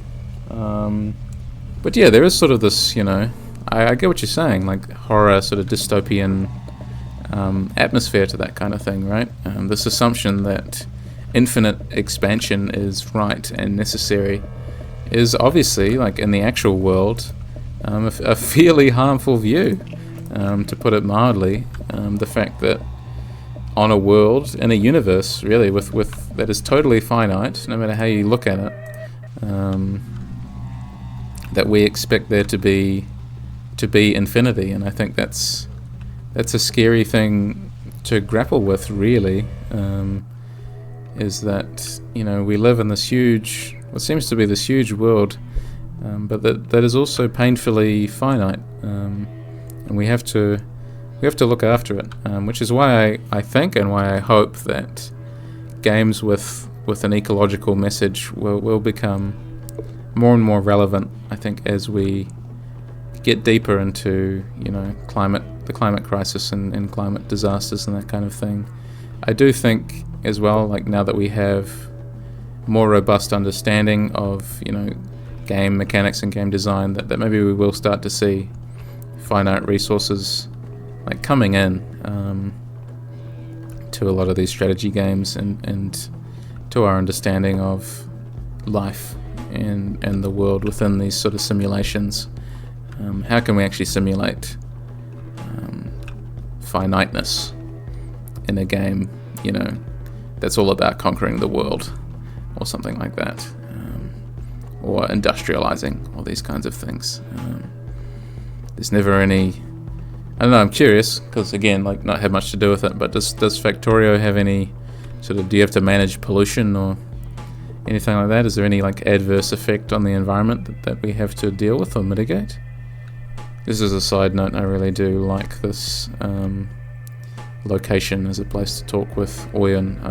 I think I saw this in a screenshot before I played the game. It's like, damn, I can't wait to talk to this guy, because he looks fascinating. What is this body made of? What is this body made of? I've always wondered about this face, though, that he pulls. Just incredible. I know who you are, Kindred One. Do you know how to address me? You are Oyen, a Minku and foreman of the abattoir. Then ask, tell me what an aurochs is. Aurochs is the name given to a kindred bull by merchants of old. We call him Bos Primigenius to honor the knowledgeable one that had shown him to us. I know of that name. He is Mother Bodo's flesh and blood, his form congruent to the universe. His lines are the lines of the world. There is nothing in the world that is not contained within the body of a supreme. His white flesh tells the march of time. His blue flesh rules waters and rains. His brown flesh keeps the heat in. I am aware of that. Aware? What are you aware of? Are you aware that his ribs are mountain ridges, that his skull is the firmament, his juices are rivers, his hair is herbs and grass and roots, his voice is the song of Bodho, his seed the joy of Bodho's vein, his black flood the time and memory of our earth? Are you aware of that? Sir, you've opened up a supreme not so long ago, haven't you? I have, as was my right. Who else but I, a warden, the foreman of the abattoir, is to open a supreme's lines up? Give me a gulp of his blood. You are impudent, son of Bodho. Aren't you pushing it? I act in the name of the one who sent me. You know what emissary came to the town last night. I know that all too well. Let it be so then. I will give you as much blood as you can carry away in your cupped palm. This is the price I am willing to pay to buy us peace and get rid of the emissary. I know neither of you nor of your name, and so you will get not a single drop more. Give me your hand. I am Artemi Burak, son of Isidore Burak. You know both me and my name. And we'll just drop the blood on the floor. Whoops. In exchange, You can have this. I'm going to keep my rat. In Factorio, there is pollution. It destroys the environment and makes the local population of bugs attack you. But instead of being something that punishes you, it forces you to expand even more and be efficient in killing the bugs that are retaliating against your factory. It's made as a kill bugs for fun and automate guns, but coupled with atmospheric music and gritty graphics, gives the vibe that our character is kind of evil. That's very interesting. I feel like Factorio is one step away from kind of having that kind of message, but if it was intentional, it would probably put off its core audience. Well, that's the other tricky thing, isn't it? It's that those kinds of messages just often aren't fun. And as I was talking about earlier in the stream, it's like how do you advertise the potential for like self-reflection and changing your worldview? Does anyone want to buy a game that challenges their entire worldview? It's a very tricky thing to sell to people. Cool. What do I have to do now? Yeah. Collect the purest Twyrene decoction and prepare the purest death gruel imaginable. Make the panacea. Pathologic can get away with it because not fun and self-reflection accidentally became its gimmick. Yes. 100%. It is Pathologic's thing, even though a lot of other horror games, do accomplish similar things, even if not quite as well. This is still that's still like Pathologic's, trademark. Its calling card is its not funness. So people can be like, oh, that's that miserable Russian game, right? And of course you can say yes it is. Which is good for Pathologic, but still makes things difficult in many other instances. Because a lot of people, I think, outside of the, if someone hasn't made a fun video essay on it, people might not want to hear it. It reminds you of Hotline Miami. That's a game I haven't had anything to do with in a long time. Actually, when did that come out? That's a long time ago. So it feels to me. No, goodness. Try to do the anti-violence message by making yourself reflect, but the violence is so fun it kind of muddles the message. Well, yeah, that's a great way of putting it. It's nice and clean and succinct, actually. Is that, how do you make a socially conscious message in a video game if the video game often is fun or like glorifies, even accidentally, a negative activity? It's like, oh, look at how terrible and awful this violence is. And nonetheless, you're still the one committing the violence, and you're committing the violence to beat the game, which in itself is often cathartic, regardless of whether or not you get a good ending. I think people still get that gratification from beating a game. I think there's still that satisfaction of just like completing a game that's satisfying to people. And so, I guess you'd have to make the game, unwinnable, or make the combat unfun to have that kind of message in place. And, well, I mean, speaking from personal experience, having played a lot of classic survival horror and having shown people that, people are like, oh, I hate this combat, And I can say, well, that's probably the point. And people can still say, well, I don't care, this isn't fun. And they put it down, and they don't get to the really interesting parts. So it's really hard, right? It's hard to sell that experience to people. So tough to balance players wanting to keep playing the game and the story punishing them. It's almost like, how do we flip that message in some cases, right? Like, how do we reward the player playing non-violently and still make that fun and interesting by having this violence, which is a core component of so many video games, violence, right? We're rewarded for that. We're constantly told to commit violence to complete games. How do we reframe that conversation to be positive rather than negative? And maybe I'm not the person to be having that kind of design discussion necessarily, because I'm so invested in the negative representations of that in video games. Like, okay, the horror, how does the horror punish them? But also got to think about how does the game actually reinforce that? How do we push players to get through to the end? And in the case of Pathologic, I think the answer is easy on the one hand, because it's the narrative that's the reward for continuing, because the narrative is so interesting, the characters are so interesting, we want to see what happens next regardless of what's being doled out to us in the gameplay, however painful it is. But it's not easy, right? Not at all easy to advertise that kind of thing. But it is the kind of discussion I think that we should be having as players of games, as game designers, as whoever. We should really be looking at that and trying to figure out how we can do better as designers. Let's make anything. Rubbish extract. Can I dead gruel this together? But then the narrative must be so good that it pushes you through the boredom, even though it is not for everyone, and it's kind of a cheat. Well, yeah, exactly. I mean, it's a shortcut in the one sense, right? Because we're not doing anything. We're not changing anything in the gameplay necessarily. We still have this negative gameplay loop, which is like unfair on one hand. But you're right as well, that the narrative isn't going to be a reward for everybody. A lot of people would just prefer, like, can I please just kill a bunch of people instead? Like, I prefer that to having to talk to the Inquisitor for 3 hours. Yeah, who in their right mind would say that, obviously? But people like that are out there, and obviously you can't design every experience to everybody. You can't tailor that experience to everybody.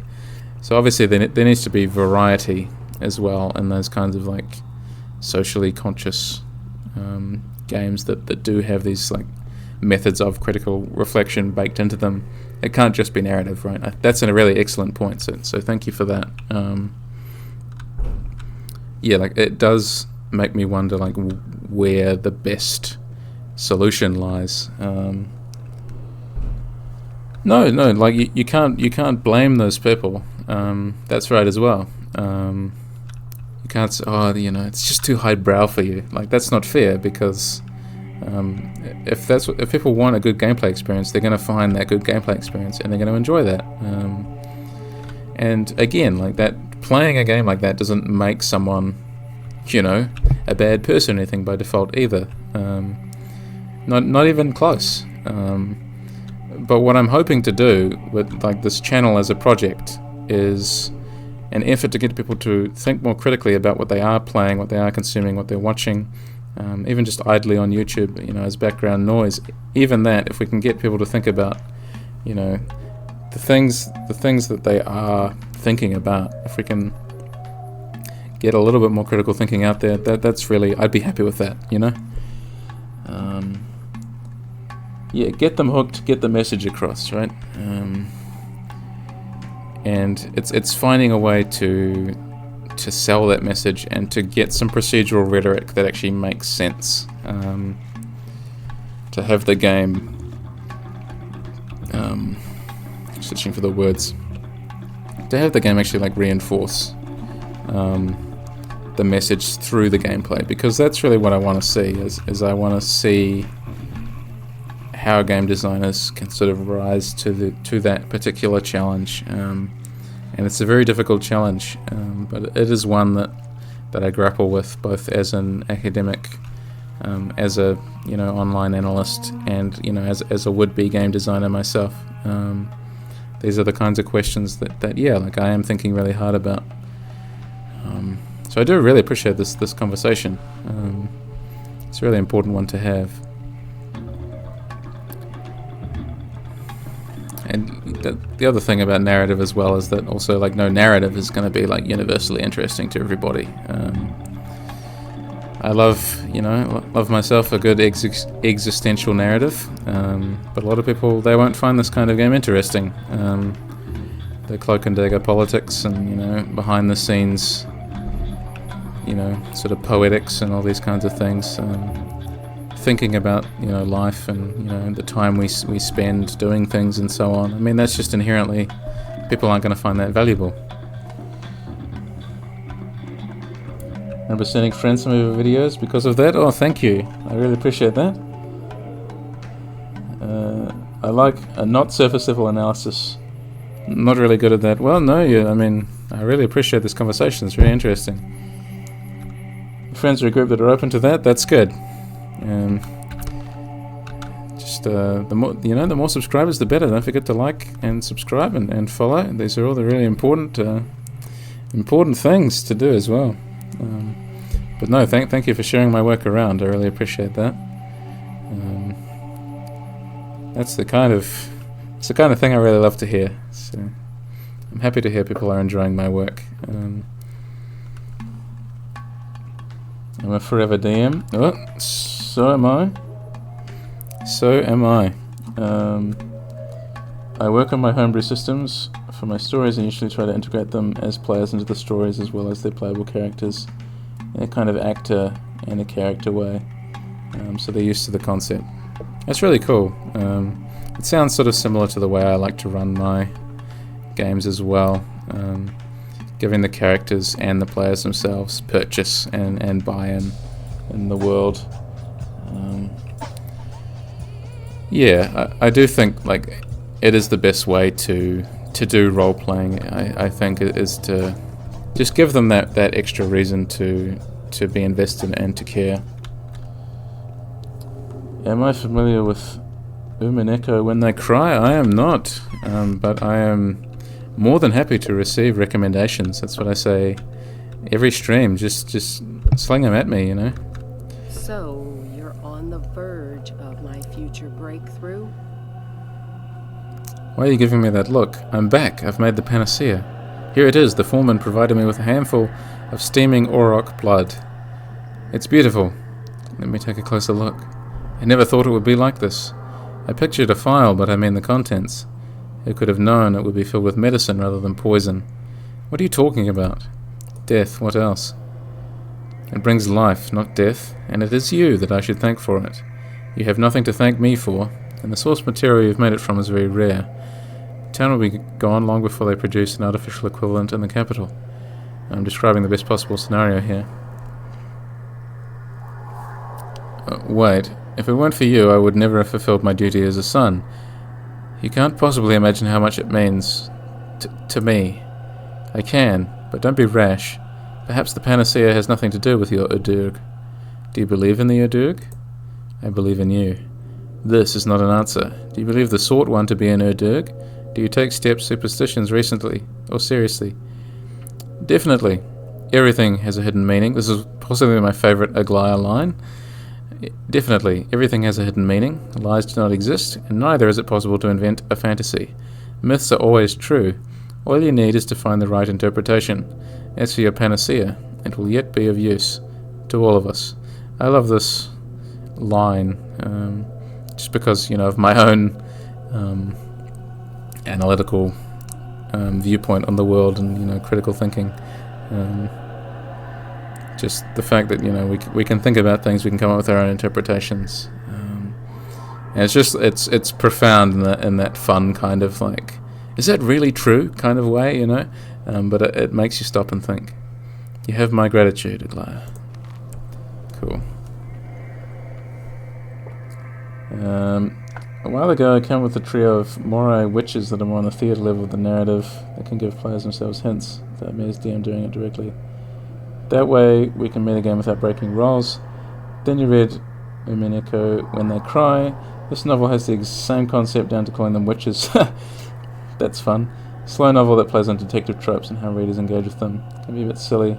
Really good read, especially the first 4 parts. I'll have to give that a look. I love myself a very slow, character-driven novel. I am playing Pathologic after all. I love her, lies do not exist, also foreshadowing Clara, great point. Aglaya always knew. Aglaya's very clever. I love, just Aglaya's position in the narrative is lovely. I think that's everything for today, right? I was able to produce the cure. The weapon of victory has been forged. However, it proved to be a double-edged sword. The Inquisitor, Aglaya Lilac, has condemned herself. Why would she be willing to sacrifice her own life? Something is amiss here. It is very slow and very character driven. You'll love it. I love the maybe. Well, you can never be 100% sure when you recommend anything to anybody, but it does sound like my kind of thing. So when I next get some time, I'd love to sit down and read that. So thank you very much for that. If anyone is listening as well, recommendations for anything, I mean especially horror related, but anything you think I'd like, fire away, honestly. Lots of stuff I haven't heard of that I probably should have, so you know, would love to do more. That way I can talk about even more stuff, right? Love Pathologic 1 Aglaia so much. Her role is a bit different in Pathologic 2. Still interesting, but less so. Definitely, I agree. I feel like, yeah, Aglaia's dialogue in Pathologic 1, I think, is one of the few characters whose dialogue, I think, holds up to scrutiny against, or her character, rather, really holds up to scrutiny against her Pathologic 2 counterpart, because most of the time they did manage to do an excellent job of making the Pathologic 2 characters more interesting, or at least sort of feel more human in a way, but Aglaia is still incredibly compelling, and the writing in Pathologic 1 obviously is still leagues ahead of, you know, most video games generally. Can't be 100% sure, don't know you personally, but purely from you loving analysing in Pathologic, and being you might also like Algorithm. That's, you know, I appreciate that, I do appreciate that. Father came back from the cathedral. The Inquisitor's methods of investigation are indeed harsh. No omissions or innuendos could survive her questioning. You may want to experience this firsthand. Everyone does their best to protect themselves. Everyone tries to manipulate the facts in a manner which makes it possible to hang the responsibility onto someone else. It's Pathologic in a nutshell. In light of these self-serving strategies, your role in the recent events looks progressively disagreeable. The best you can do is talk to the Inquisitor yourself and explain yourself to her before one of your detractors does it for you. Vlador Gimsky the Younger. P.S. Tread lightly with her. I do like he signed it differently, didn't he? There was another letter that had just the Younger in. Goodness, where was that? I saw it just before. Never mind. Oh, here it is. Yeah, it's just there. Feel like Pathologic 2 Aglaia still knows she's a doll and tries to escape by romancing her aspects like a player would an NPC, but feels kind of off. Rushes by so quickly, meanwhile other more interesting stuff happens in the same time in Pathologic 2. Pathologic 1 Aglaia is so much more cunning, has more time, and her connection to her aspects feels more in-depth. Absolutely. I would totally agree with that. It feels like there's something really, really interesting that could have been done with Pathologic 2, but only ends up for Aglaia being interesting, not like super interesting, if that makes sense. Okay, let's go to sleep for, we'll try 3 hours. Did we get any other letters or anything? No. Okay, I'm gonna do that and that. Should I just give up? And yeah, have some of that as well. And we'll go to sleep for another 4 hours. Cool. Day 8. The day is over. Your timely efforts allowed your supporters to remain unharmed. A new mime performance is being rehearsed at the theater. This headache is splitting.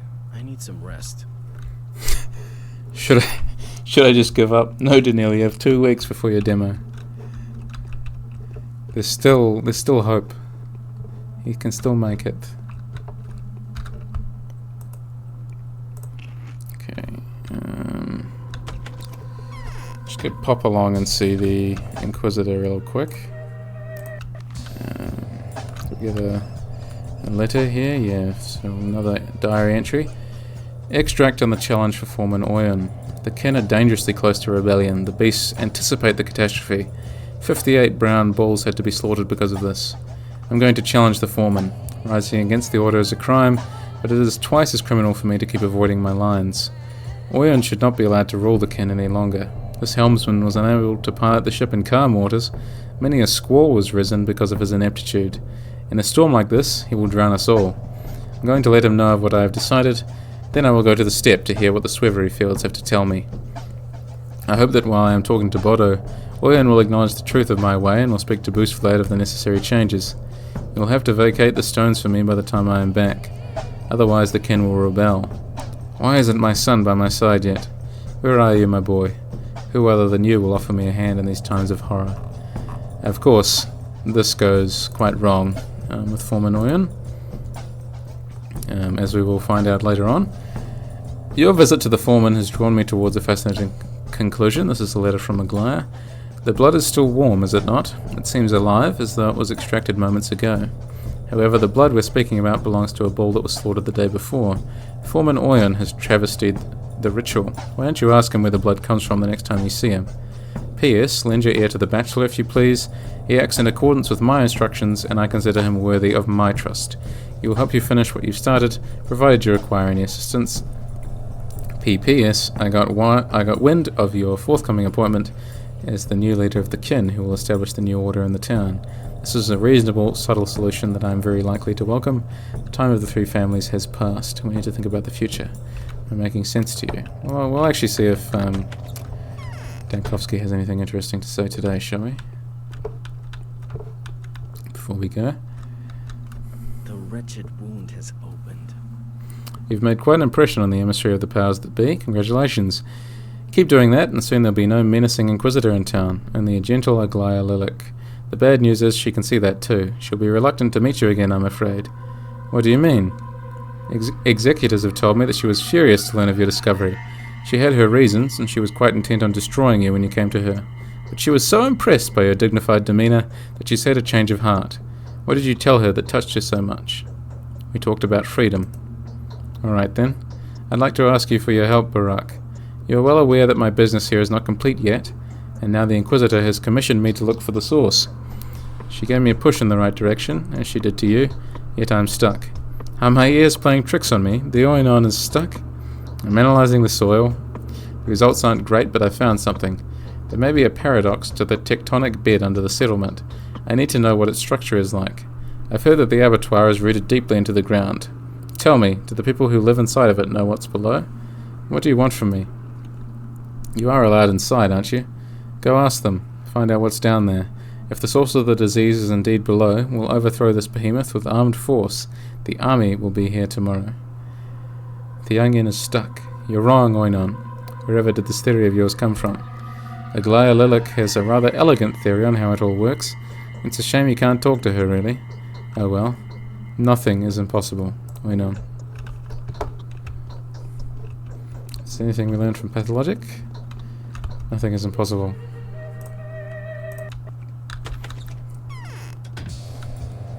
I think that's what resonated with me as well about Pathologic when I first played it, because that twist ending, as I've spoken about before, really sent me into like a bit of a spiral, right?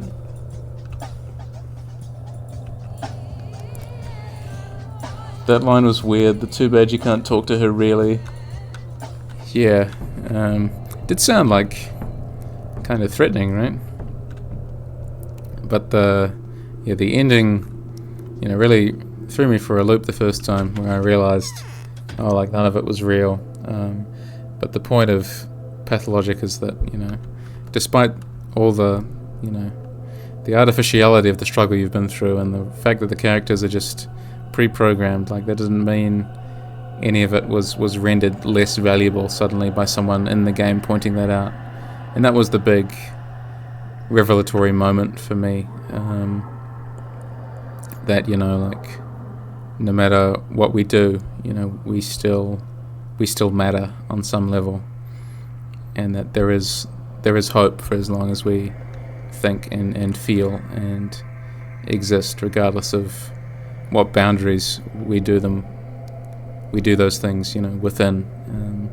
It's the hope component of Pathologic and the horror that I find so appealing. I'll come back in the morning. Okay, get some sleep. There's not really a bed in here, but get some sleep. Cool.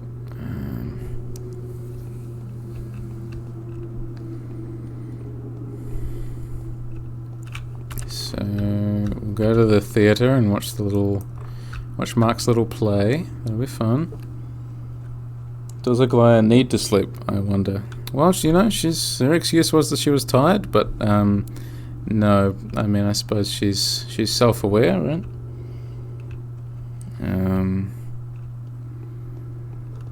Yeah, I presume she's self-aware enough that the bounds of the game or whatever, if those elements were like accurately simulated and everyone else had to go to bed, she would probably be one of the few characters that wouldn't have to. No one's left any more offerings. Very disappointing. Always good to go in for a sneaky little grave robbing. Don't quote me on that, actually.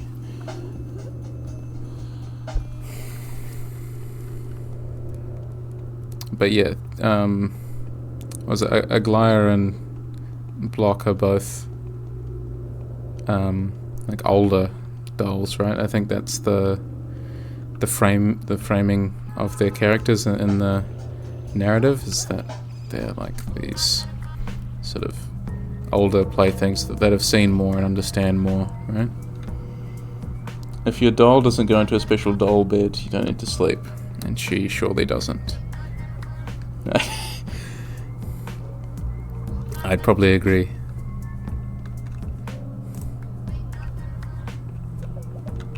I really need to... Yeah, I need to get back into making some more, or having some more Pathologic dolls made for me. I think back in 2018, 2019, I had a little Clara and a little Haruspex, modelled after the ones that we see in the game in Asperty's house. I had those ones made for me, but I never got a Daniil one, which has always been a regret of mine, so maybe I should go back. Yes, Mom. Solid bodies drown in water. It's a law. Life breaks into particles and is reborn again. It is a law. Do you see now how many mysteries the Earth holds? The more terrifying the mystery, the deeper it lies, and the fewer wells can reach them. You can trick anyone but me, the emissary of the powers that be. I know how this world had been built. I know how its life works. I know the laws it operates under. It's supposed to be very simple and proportional. True, Mom. That's what it's supposed to be. True, Ma. That is what it's supposed to be. So let it be. It's not the end of the world. It's just an epidemic. It's gone out of proportion. The law will prevail. I'll restore the balance. Not all is lost. I know where the root of this evil lies.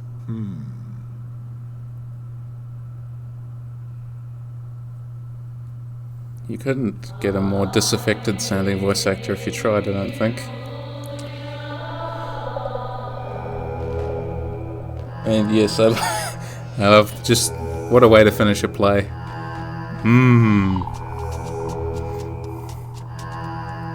And every voice actor sounded like so bored. Which is part of the appeal for me, but... it's still...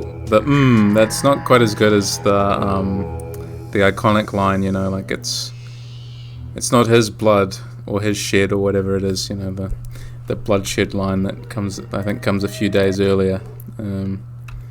That's still got to be one of my favorites.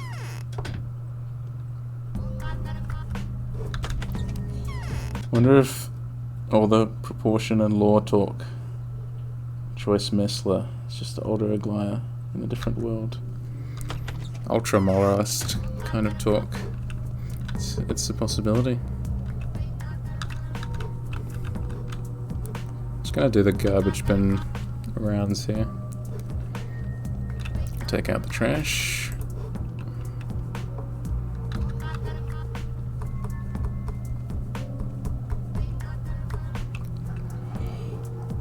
Oh, excuse me. It's been a very, very long week.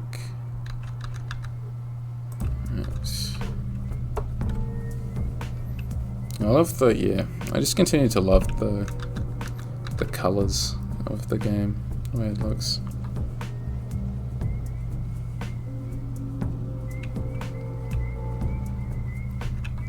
You were 13, first played the game.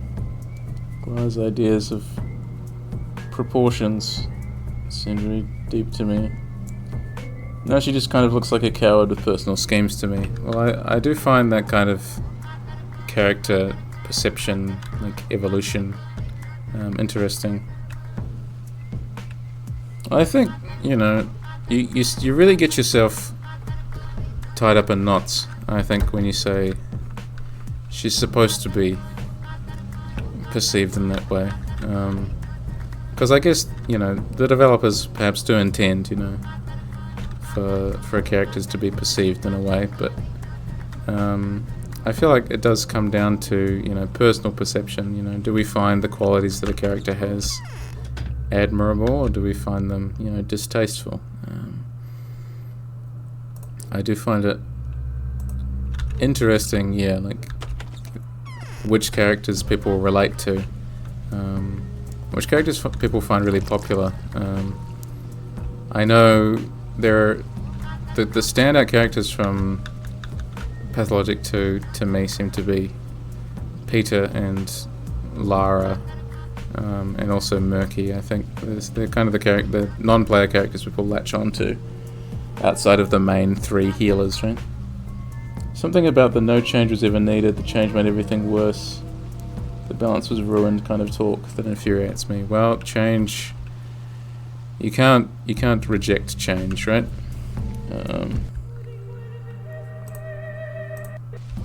Well, that's the thing. I feel like if your perception of a character like that evolves, I think that says a lot of, you know, says a lot of good things about you, to be perfectly honest. If you've come to these, you know, deeper conclusions because you've had time to think about stuff, it's really important, and part of the capacity for self-reflection that, yeah, like these games are supposed to be encouraging, and why it's also important to replay these games, because I say this a lot, but every time you replay the game, you play it as a new person. You know, like, I hope that you're growing in between the times you're experiencing this stuff. Aglaya, fitting to Inquisitor, seems to want nothing more than to keep everything as is. Which is why I, initially gravitated towards Changeling when I first played it back in 2017, because I thought, you know, like, I had such a strong connection to the town as like a, you know, home, really a place that I felt really comfortable and that I didn't want to let go of. So Changeling's ending, I was like, this has got to be the best ending. And then I thought about it some more, and, you know, like, the amount of people that Changeling's ending actually, you know, winds up hurting, and the idea of society being locked in a kind of stasis without the potential to move on. My own personal beliefs, you know, I gravitated towards Haruspex's ending, I think, is my favourite in the original game, because it is like letting the children grow up and move on, and I find that very important, and I find that very, very emotionally resonant from my own personal experiences.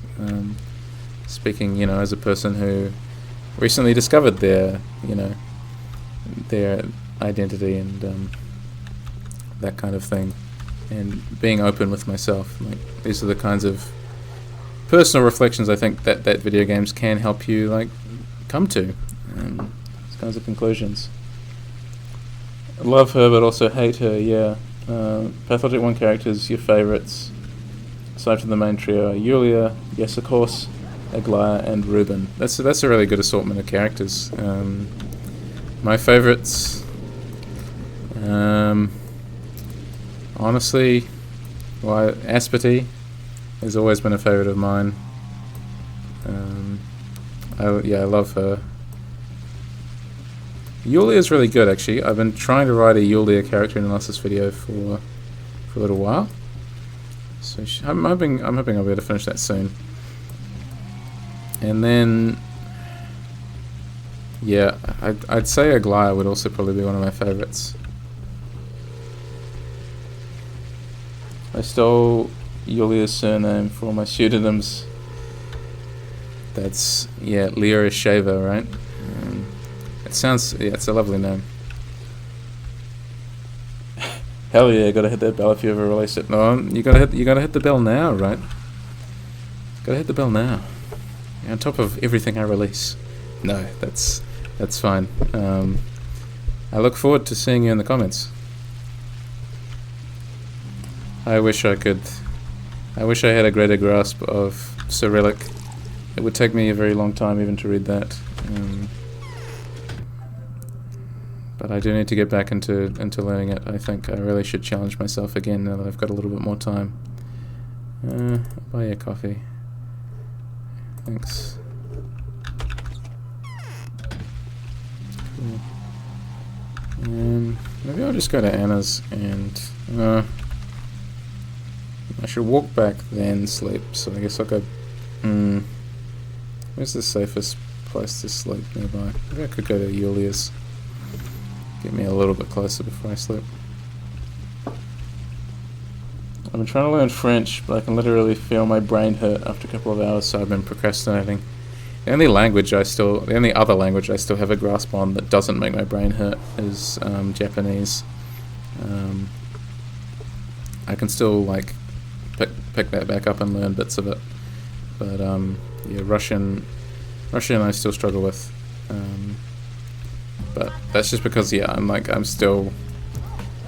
of practice, and my familiarity level was never as high as I wanted it to be, so I do need to get back into it for sure.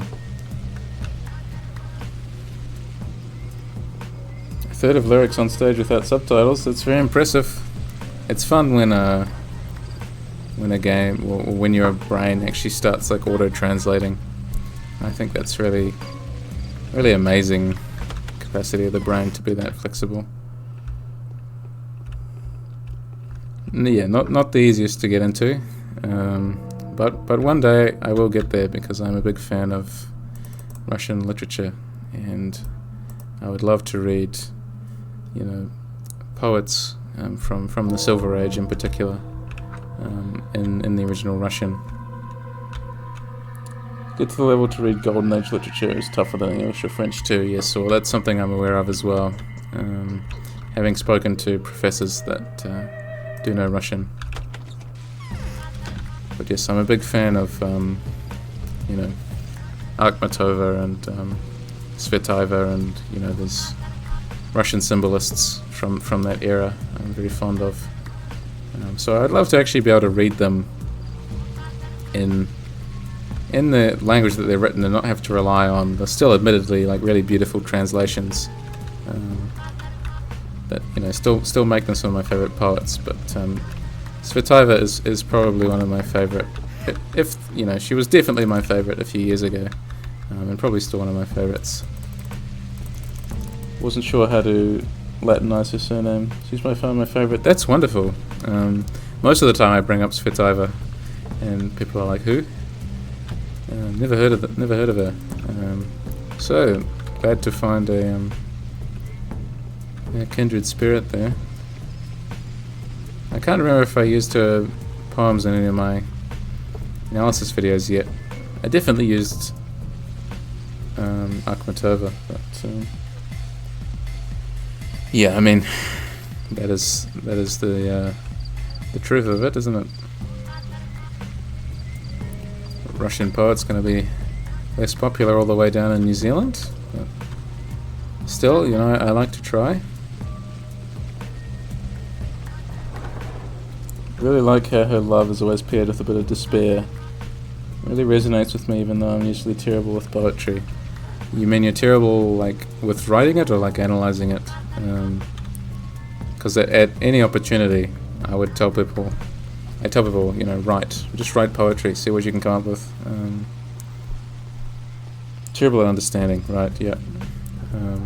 I think it's so cool, like, when you find a poet that you just understand, like, that the language just, like, lands with you. I think that's such an important moment, I think, to find writers like that you don't need to, you know, scratch your head about and say, oh, well, I don't know what they're talking about. Because that does happen to people with, you know, Svitaiva, even though, you know, we both really love her and resonate with her work, or her work resonates with us. It's important that I think everyone has that experience with a writer somewhere, because I do think it makes us, for the most part, you know, kinder, more empathetic people, when we have those kinds of, you know, almost like out-of-body experiences. Like, wow, they feel how I feel. Like, I understand now. They've put this into words in a way that I couldn't. The army arrived. It is the morning. Come on.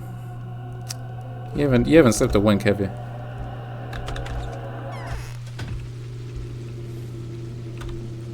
Yeah, there's something beautiful about, yeah, feeling the feeling. Voloshin.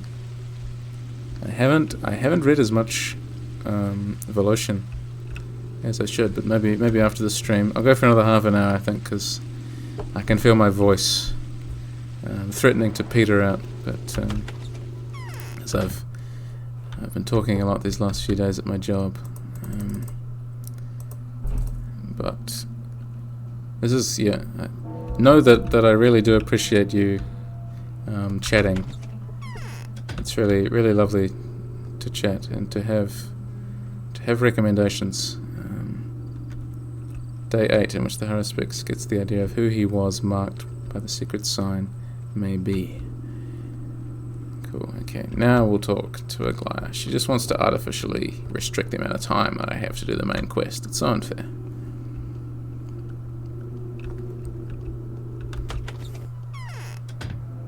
I don't even, you know, I'm trying to think back to my own high school experience. I don't even know, like, whether we were asked to read much poetry at all, to be honest, which was a huge shame. A couple of years ago, I realized random conversations are so important, even if they never repeat. Huge inspiration sources, absolutely. I agree. People are just wonderful, right? You just never know. You just never know about a person until you actually sit down and talk to them. And even if you don't get a chance to talk to them again, although I hope we do, that conversation can still be, as you say, hugely inspiring, and, you know, like, make you want to go off and do something, and just be the spark that you need. So yeah, it's really lovely. Okay, listen, I'm going to share my plans and goals with you now. Strange though it may seem, it just so happens that you, a person of a completely different background, somehow understand me better than anyone else. That is worthy of my sincerity. You were forced to read poetry in school. Edgy cool kid, so I didn't, but then Svitaiva happened. I just mostly read what I wanted, honestly. Just edgy and impatient. Well, I mean, who isn't in high school, right? That's a common experience. Also thought utopians were the best choice back then. I thought utopians were the best choice right up until I got most of the way through Haruspex's playthrough, and I'm like, oh my god, the utopians are insane. Like, really cool ideas. I love discussing them, but, like, I realize I had almost nothing personally in common with their worldview, as far as I understand it. But I love, like, they're such a fascinating faction and such a fascinating ideology. I really need to get around to that. I keep wanting to make an ideology video as well, like break down the 3 ideologies. There's so much I have to talk about, so much I still have to do. So much to talk about, just not enough time. It's insane. I will not doubt your words. Of all the goals I may have, saving this town is the most crucial one. I'll be honest with you, I do not love it, and I do suspect this hopeless mission is my last chance. Yet my choices have nothing to do with self-preservation, they're about integrity and ambition. I understand. The source of the disease will be found, and it will be destroyed. It's a matter of time, and it will only take a few days. The sick can be cured with your panacea. The plan is all around great. Big thumbs up there from Aglaya, but there's a huge hole in it. The panacea is scarce. Its main ingredient is a relic, a fossil almost. There are fewer Aurochs left in this world than Leviathans, as far as I can tell. That is so. They say an Auroch was brought from the steppe the day before yesterday to be sacrificed. It's supposed to deliver us from the plague. Odong say it was the last one. That is so. Still, I'm confused. I have been told that only a true warden can handle an Auroch. Is this the reason why Olgimsky manages the kin personally, but requires a middleman in any matter that has to do with the abattoir? An interesting conclusion. I never thought of it like this. The foreman oversees the rituals and performs the rite from time to time, cutting a bull in a way that has been the true way since the creation of the world, for the perpetuation of the world. That cosmic bull is an Auroch. It contains every element, every line, every tongue, every connection, everything. Have I been informed correctly? Yes, sounds about right. But the rite didn't work out. The kin is disappointed and unhappy with the foreman. This means he did something wrong. The kin had been locked up in the termitory, so I assume there were few witnesses. Could it be that the foreman was unable to handle the Auroch? Maybe there was no mactation at all. Where did the blood come from then? It's exactly what's bugging me. The rite was performed the day before yesterday. So many hours must have passed since then, but you were given steaming blood. It was full of oxygen. It was alive, as if it had just been extracted from a living body. That is true. That seems to be all Artemy can say at the moment. Yes, that's right. That's true. Ask the foreman where the blood came from. I think the abattoir hides many secrets, and you are the only person that can get into its depths. The further we go, the more convinced I become that we're on the right path. Even in our enlightened times, we are to be saved by the legends of ancient herdsmen. I will follow your bold advice. That's a bit rude. You know little about these matters, woman. Your conjecture is unlikely to be true. No, we can trust her. I'll follow your bold advice. Good luck to you, Artemy Burak. Beware of the foreman. He's afraid of you, but he is the kind of man whose fear is more dangerous than his calm. What if the abattoir is closed? Then get in there through the termitory. I talked to this girl, Tai Chick, yesterday. Her power is incredible. She even made me doubt if I can make her obey my will. She knows how to open the abattoir. Wait for me. I'll be back. Cool. Had that nice long discussion. Have something to eat. Not opposed to huge revolutionary change ideas, but with Canes I realised they're changing one hierarchy for their personal one. I think that's the issue I have with them as well. Forever holding their dead ancestors captive, just like the kin do. In my eyes, more hypocrites than creators, it's a great way of putting it. And the true creators, the children inside the polyhedron, they're forced to get out so they can cling on to for their outdated ways. Yes, at least High Specs gives a way for the children to prosper. Canes and Pathologic 1, dead end and a nice wrapping, 100%. Ironic mirror of the USSR experience with cults of personalities and positive changes stopping suddenly. Yeah, I mean, I'm sure the I'm sure it is a nice analog for that that exact experience. I'm sure it's absolutely intentional. Because I do agree. Like I always found like the ideas that they and the ideology, and perhaps the ideal of what they could become. Like I find that fascinating, and perhaps aspirational. But then also, the Canes are these deeply flawed human beings that really, shown to be tyrants, and to want things done their way. And that's showcased, time and again throughout the game's story. And, it's a very, very consistent theme within the narrative with them. So the question of, can we trust them as stewards of the town, or what's left of it after we blow it up and leave just the polyhedron behind? No, we probably can't, because they're in it for themselves. Their utopian ideals are, hostile to the future, or to a future that at least we can recognize and understand as being beneficial to the disenfranchised.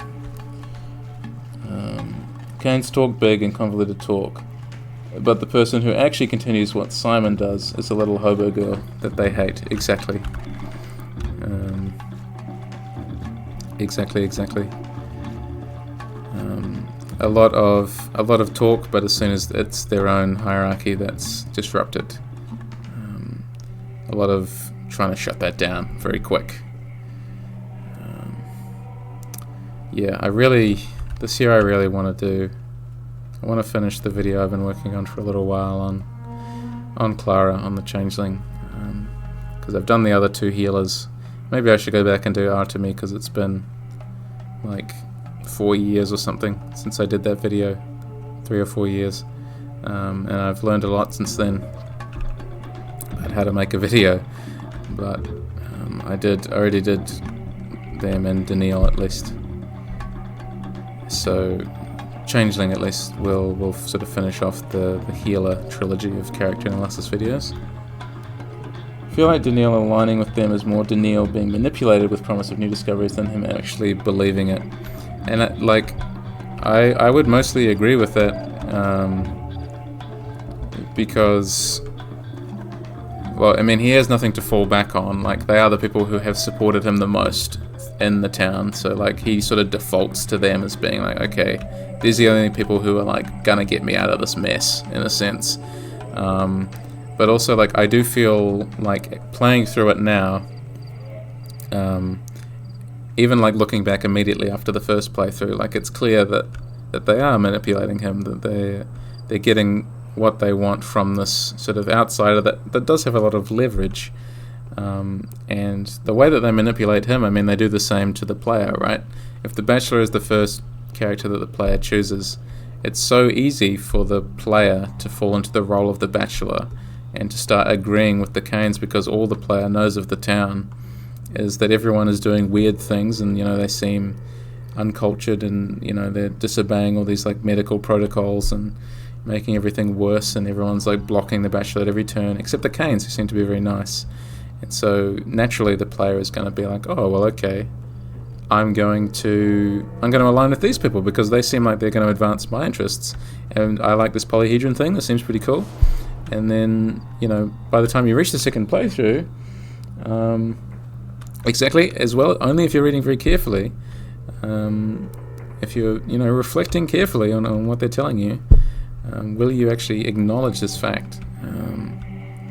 I think, yeah, it's really one of the game's masterstrokes, and why I encourage people to play it for themselves, and why it's still worth playing, because there's this huge benefit to actually realizing personally, I've been played, you know, I've been had here. These guys have kind of screwed me over, or they screwed the Bachelor over, and I'm not going to make that mistake again. You know, if you're playing as Haruspex, or even if you're playing as the Bachelor again, right? I really should not have come down here. This is a very bad place to be.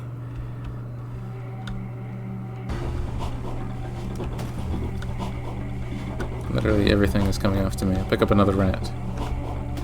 I'll pick up the rat and put it in the bag. Greetings, my friend. You have bandages? Yes, you do. Cool. So we'll go to the termitary. Yeah, I can really feel I'm not sure if it's audible, but I can feel my throat is very scratchy. Sort of can hear it. Quite tired. Still not used to talking this much. Wonder if they changed that tragic turn to villainy against his will. That's really what I'm interested in, right? Is like, how are they going to handle like all of this stuff? Like, are we still going to feel like we're being manipulated? And exactly, it might not be as effective when he's the second playable character, and people have also had, yeah, so much time to absorb the stuff about the Canes, you know, in Pathologic 2. Can we just like inherently trust them as we could like when the town is completely new to us? No, but like it will be interesting seeing people who haven't played perhaps either Pathologic, and, you know, Pathologic 3 will be their first one. I don't know how common that'll be. But I'll be so fascinated to see, like, oh, okay, what kind of experience are these people having? Like, are they going to fall into the same traps that I did, you know, a long time ago, 8 years ago? Are they going to feel the same way? Is Pathologic 3 going to, you know, capture some of those same emotions? And that's really, you know, that's what interests me as well, is the perception of characters as they evolve across the series, right? Because the fact that they can evolve like over time, like it's not one text, it's become a bunch of overlapping texts that are all doing something like very different, very interesting. Wonder if we'll ever see Clara. Yeah.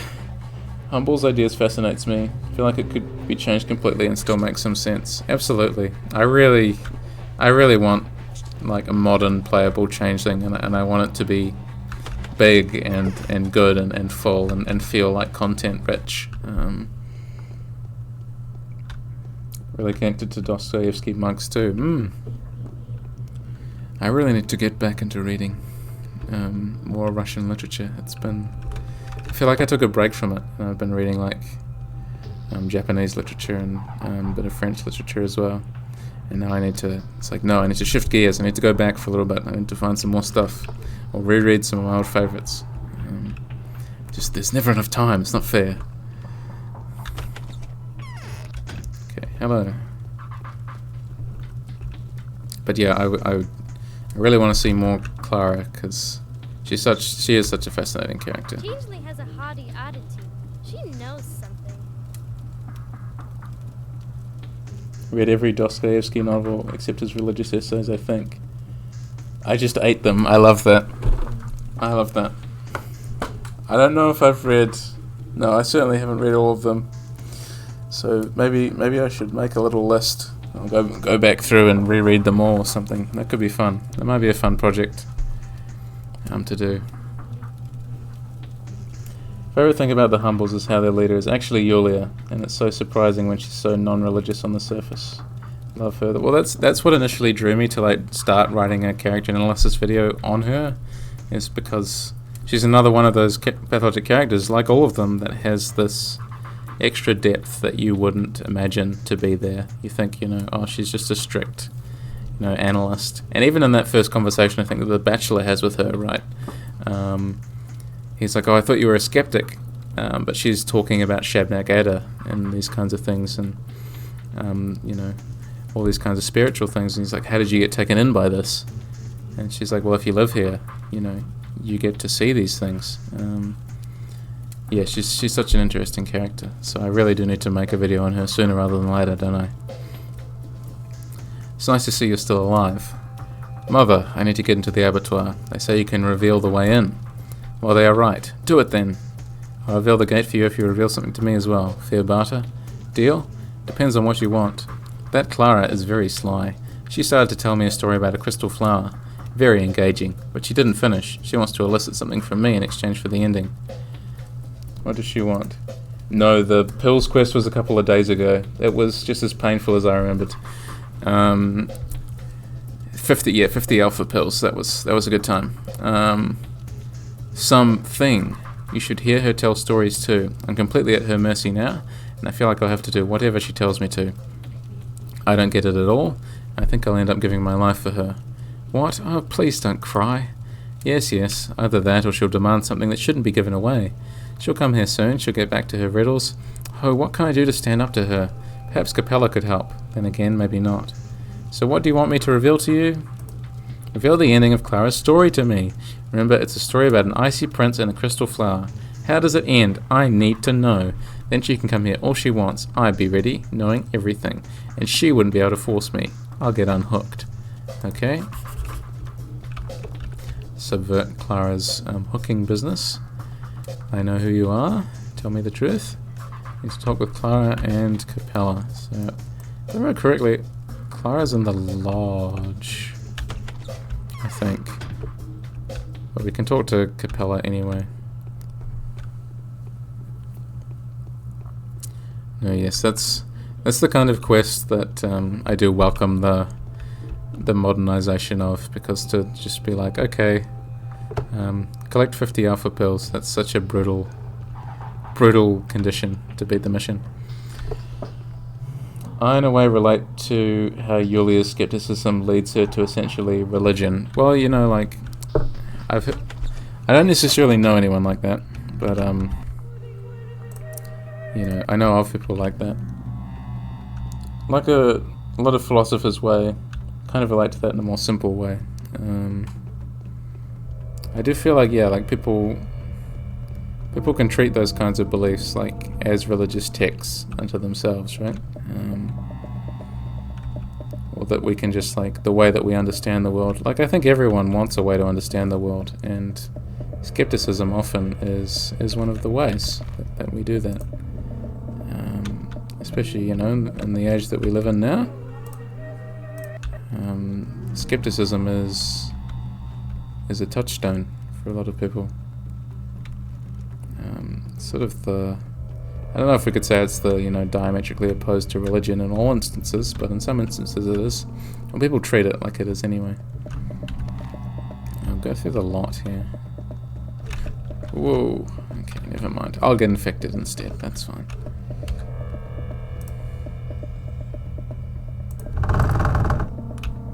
Oh, I forgot to unplug the controller. That's great.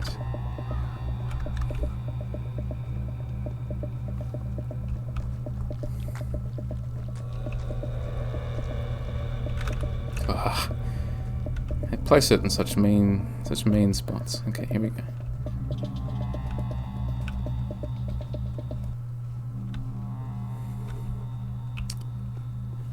So hard to formulate that idea, but I don't know. It is like, yeah, it is tricky, right?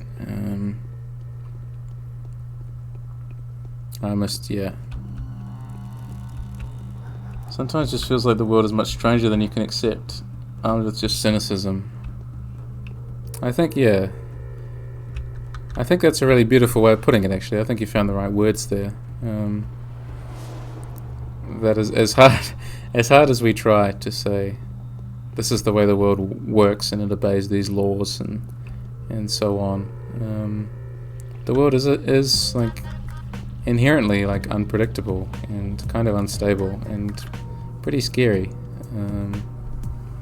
Maybe I don't have to disregard everything. Maybe my heart can show me patterns or lead me to understand something new about those around me. Absolutely. I think you've captured there the appeal behind her belief system and her character.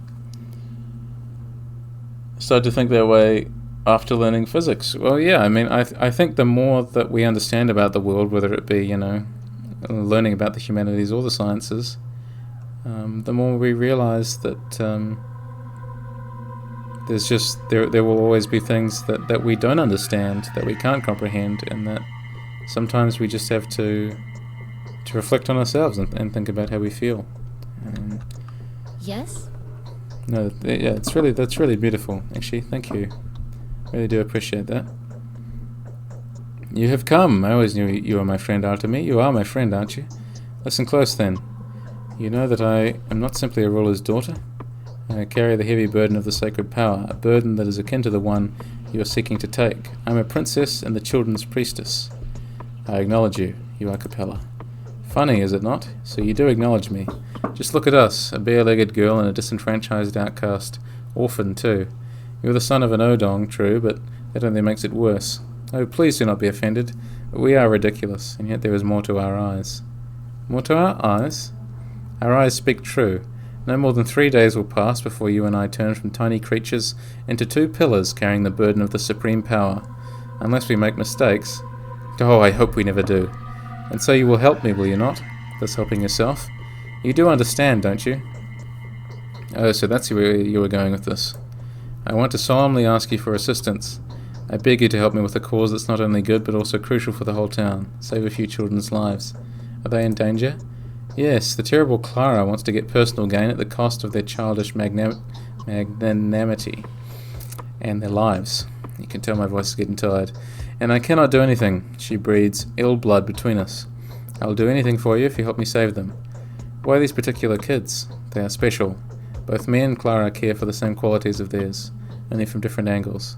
It is what we need, what is useful to us, if you will. Independence, importance, standing. It's just that I care for their personalities, and she needs something else. She wants to sacrifice them for something. You want me to look after them? Yes. Help them after me, and I will repay you. I am begging you now as a child, but you will have the gratitude of a mistress. The change is bound to happen very, very soon. You know that the future is an open book to me. Help me attain power, and I will help you keep yours. I don't need power, but you need to win. Or don't you? Don't you feel obligated, clenched, trapped by fate?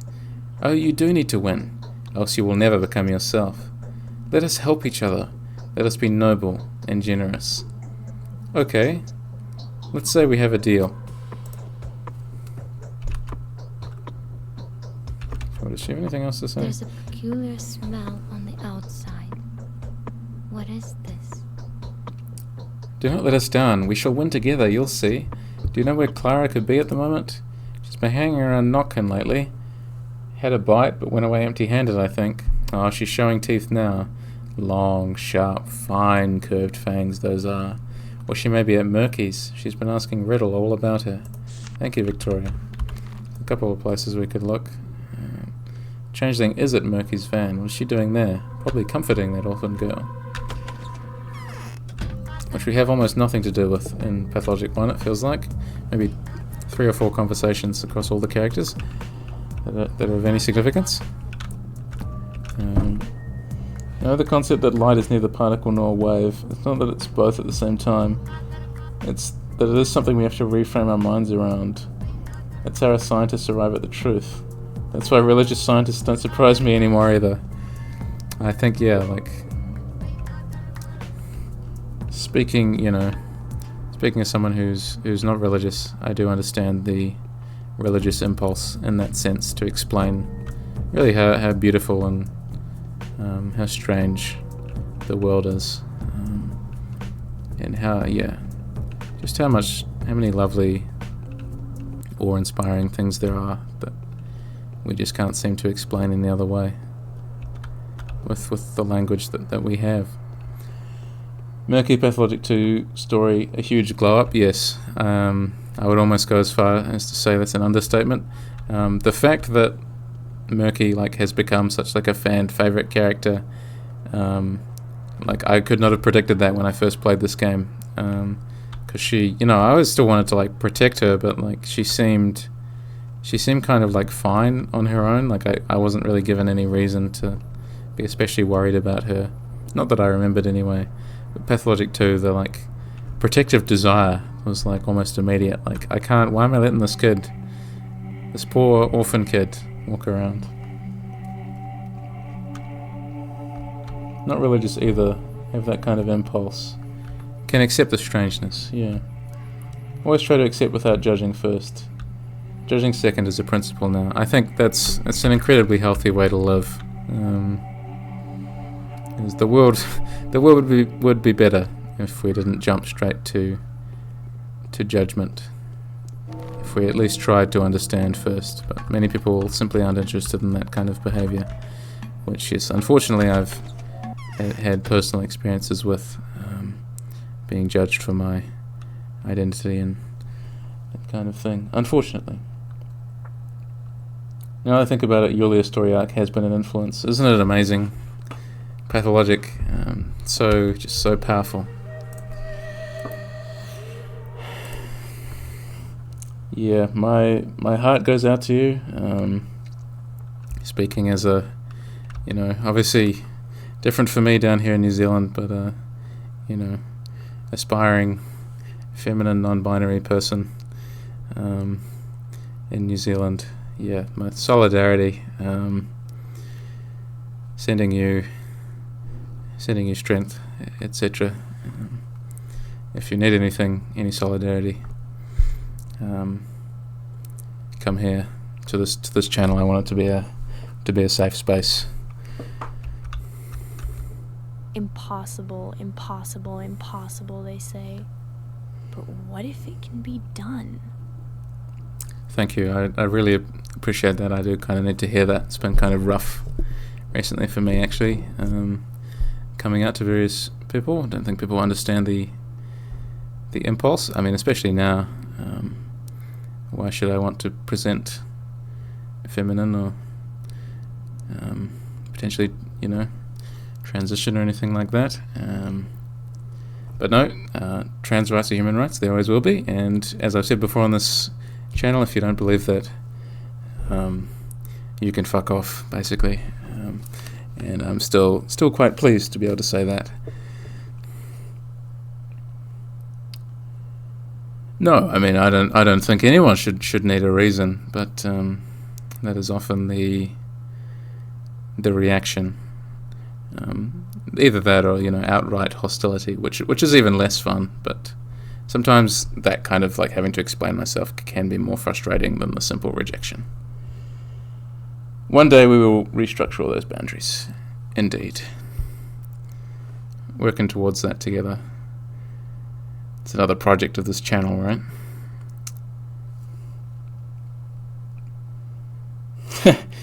I love that. Also kind of religious impulse.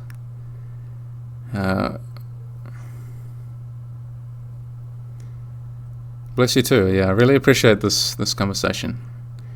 I do think I needed it, actually. What do you want, Ripper? The Soul and a Halves have told me a funny story about crystal flowers or something. How do they even know that tale? No idea. The ending is really funny, though. Nothing funny about it. It's scary, actually. Couldn't have made them laugh. They were totally hysterical, especially when it got to that prince. They couldn't have laughed. What made them laugh? The prince getting desperate and thinking that a flower like this would never grow in his garden again? Maybe the living flowers dying because the crystal one took everything from them. The water, the air, and even the light. Is it that bit? No, another one. Well, was it the gardener coming with the scissors and the prince making it so that he cut the living flowers instead of the crystal one?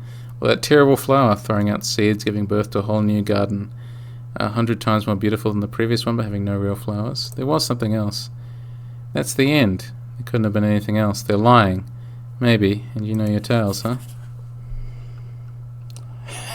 Haruspix manipulating a child live. That's what we love to see. Hello, Murky. They'll have to stitch my belly back together.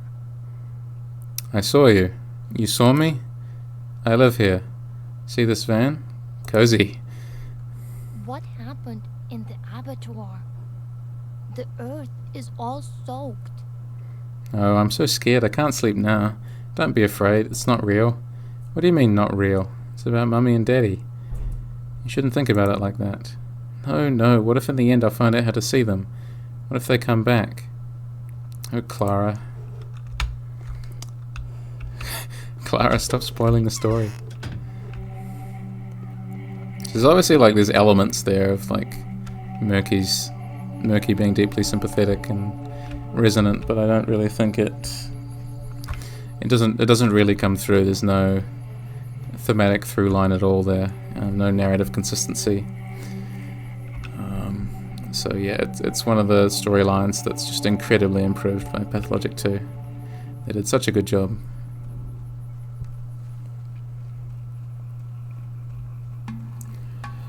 Right, yeah.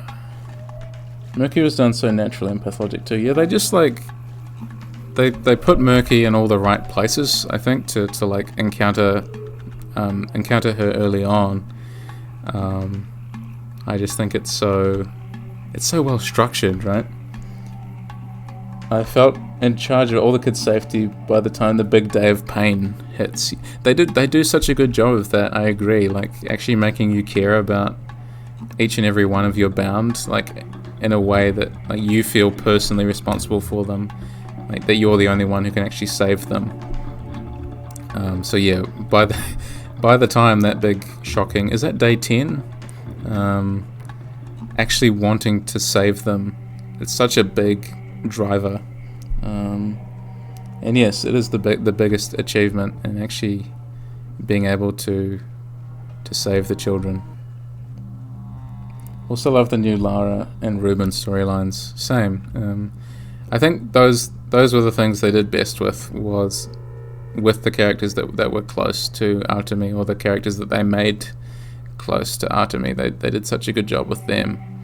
Other than, as we were saying, other than the Inquisitor, who does feel slightly less resonant or slightly less interesting, they did a really excellent job writing basically everybody else. If they haven't achieved that, I'm convinced Pathologic 2 wouldn't function. The game can be completed without doing any quests, or almost none. Well, that's the thing as well, is that the game structure is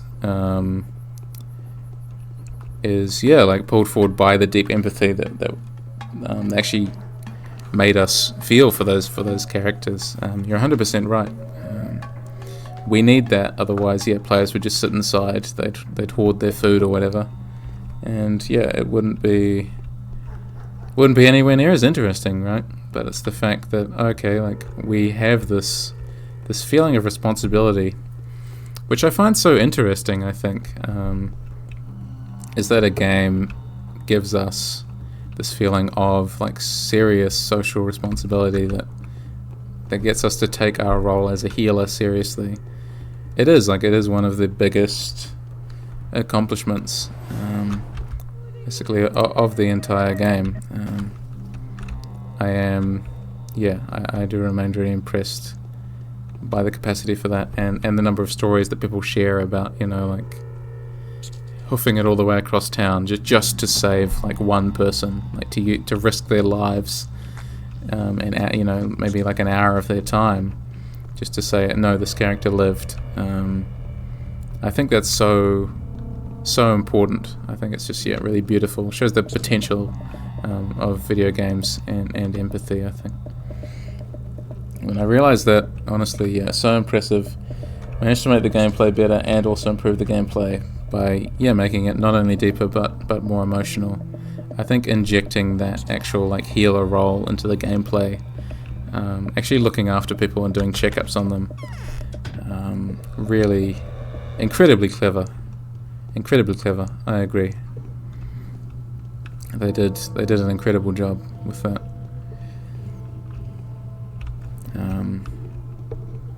I think it's so natural, like people don't even question it, right? Like people don't question, okay, here's the I just have to do it, right? It's just part of the game. And I feel like that's part of the genre, like, convention thing. Like, if a game tells you to do something, you should probably go do it. Which is how that Lara, like, water quest works, is that it sort of preys on people's, like, completionist. Like, I have to tick off all the quests, and when they do, it has negative consequences. I just think that kind of thing is so fun. Yes? Playing with convention and expectation like that.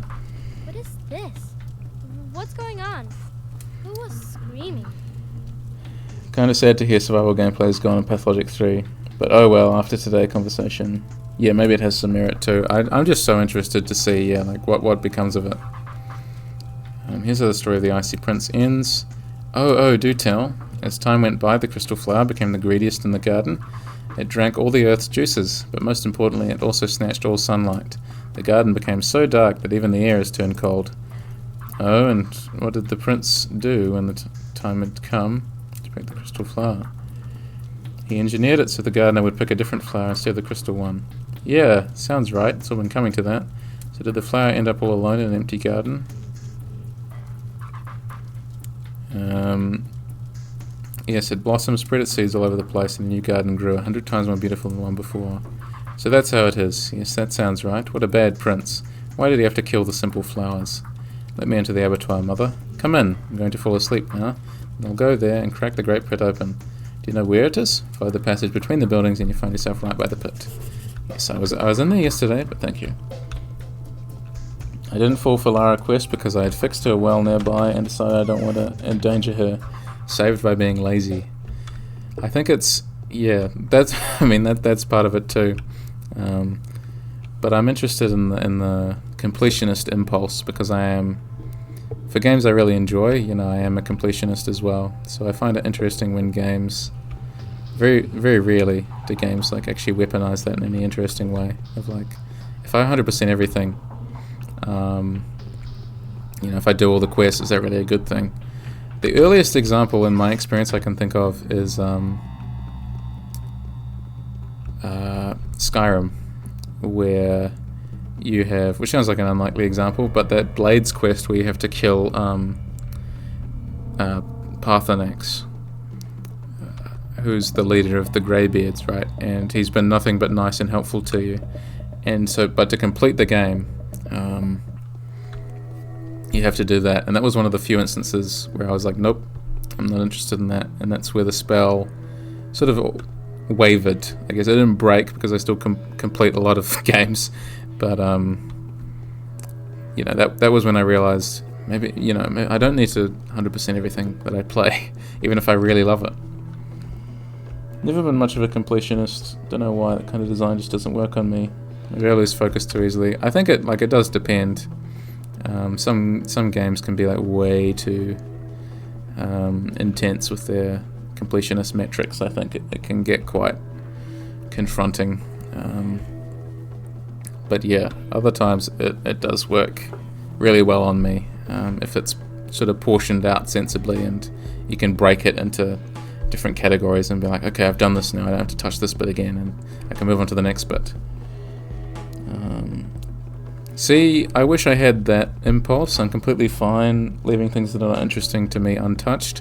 Unfortunately, yeah, that's not me all the time. I wish I could do that, but sometimes if I'm on 98% and the last thing I have to do is some stupid fishing minigame, I'm going to do the fishing minigame just to say, okay, the last 2% is done.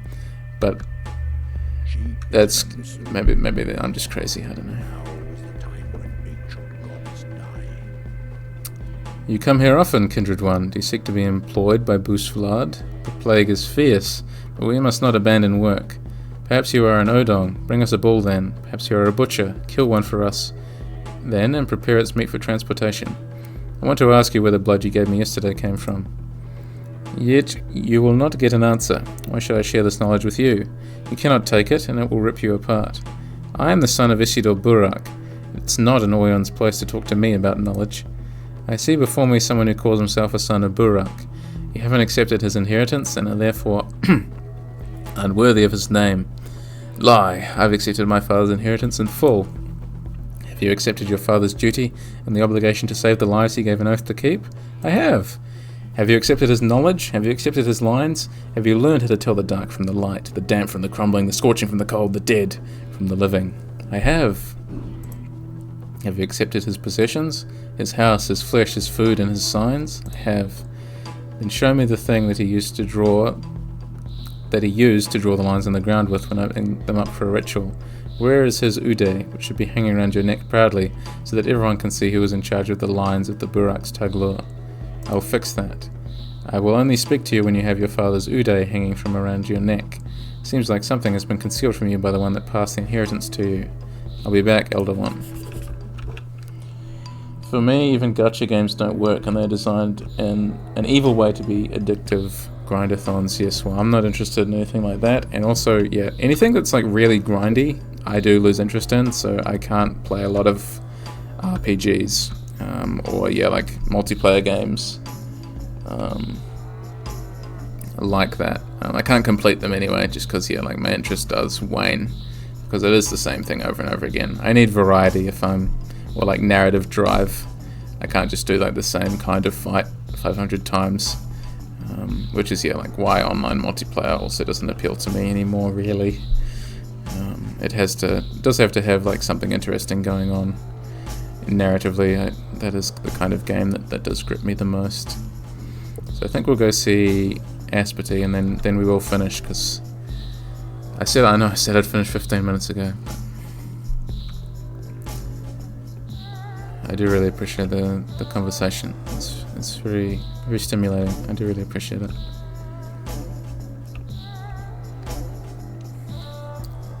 Yeah, it's stuff that's not too repetitive, or at least that has sort of more significant variety, which is why I've been 100%ing the Yakuza series.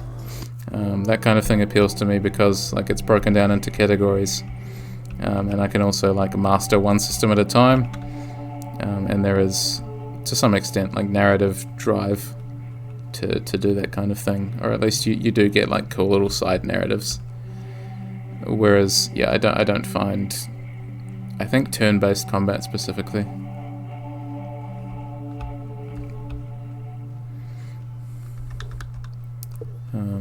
I like turn-based combat, but not over and over again, which is why it will be interesting when I get to the Yakuza games that have turn-based combat.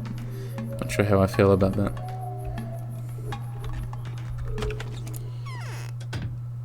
The big appeal is side questing, and I get bored of it. That does make a lot of sense. Okay, Espity, you do some explaining. I trace your step with my hands, went on. Look me in the eye, Espity. Did you hand over my father's inheritance to me in full? Every bit and every part of it? No, I didn't, I confess. Explain yourself. I've fallen in love with you, went on. I care too much. I so desperately want you to live. You were brought up away from here. You've forgotten our rights and customs. You're in need of a friend here, a mentor. It was easier for me to keep your belongings for the time being.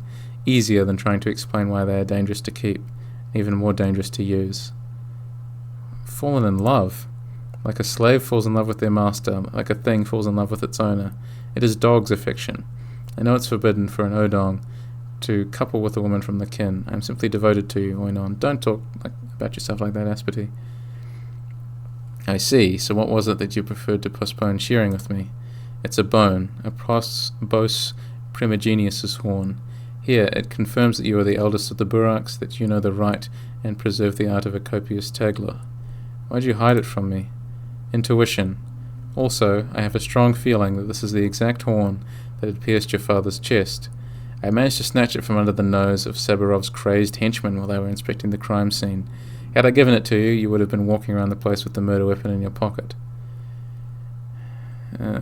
What you did was right. The Buraks are a copious tagler. You know the lines, you know how to cut a body open. The right is your right. There are but a few families of the kind left. I had no right to make this choice for you. Give me the bone. It is rightfully yours. Take it and forgive me. I swear that I meant well. Had I not abused the situation, you'd have been dead by now. You will now once again be accused of patricide by many. The week-old story will repeat itself. Be prepared. It'll be different now. I'll take care of it. All on my own. And have a pocket watch.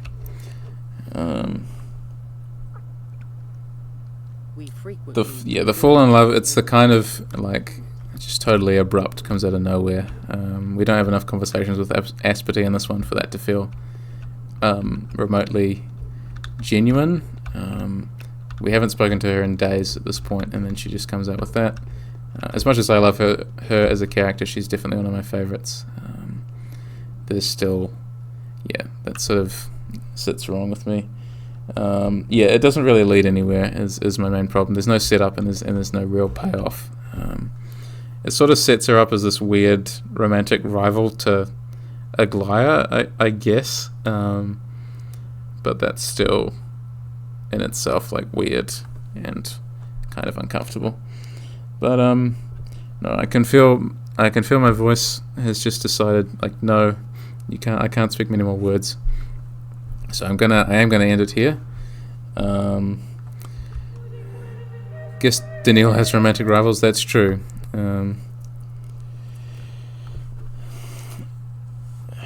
So I'll leave it for there today. But I really appreciate everyone watching, and I hope everyone has a good rest of your week. 6 a.m. for you. Thank you for tuning in so early in the day. It is 4 p.m. for me, so coming towards dinner time, coming into the evening. So no, your schedule is that's a nice way of describing it. Very very polite way of phrasing it. But I hope you have a good rest of your day, and thank you so much for the lovely chat. I do really appreciate it. I think I needed it, And I hope to see you around again. I hope our schedules do align again. I'm going to stream again tomorrow sometime, probably, and some more next week. And definitely Pathologic 3, I'll be streaming that when March 17th rolls around. So yeah, that'll be exciting. So I'll see everyone then. Have a good day. Thank you once again.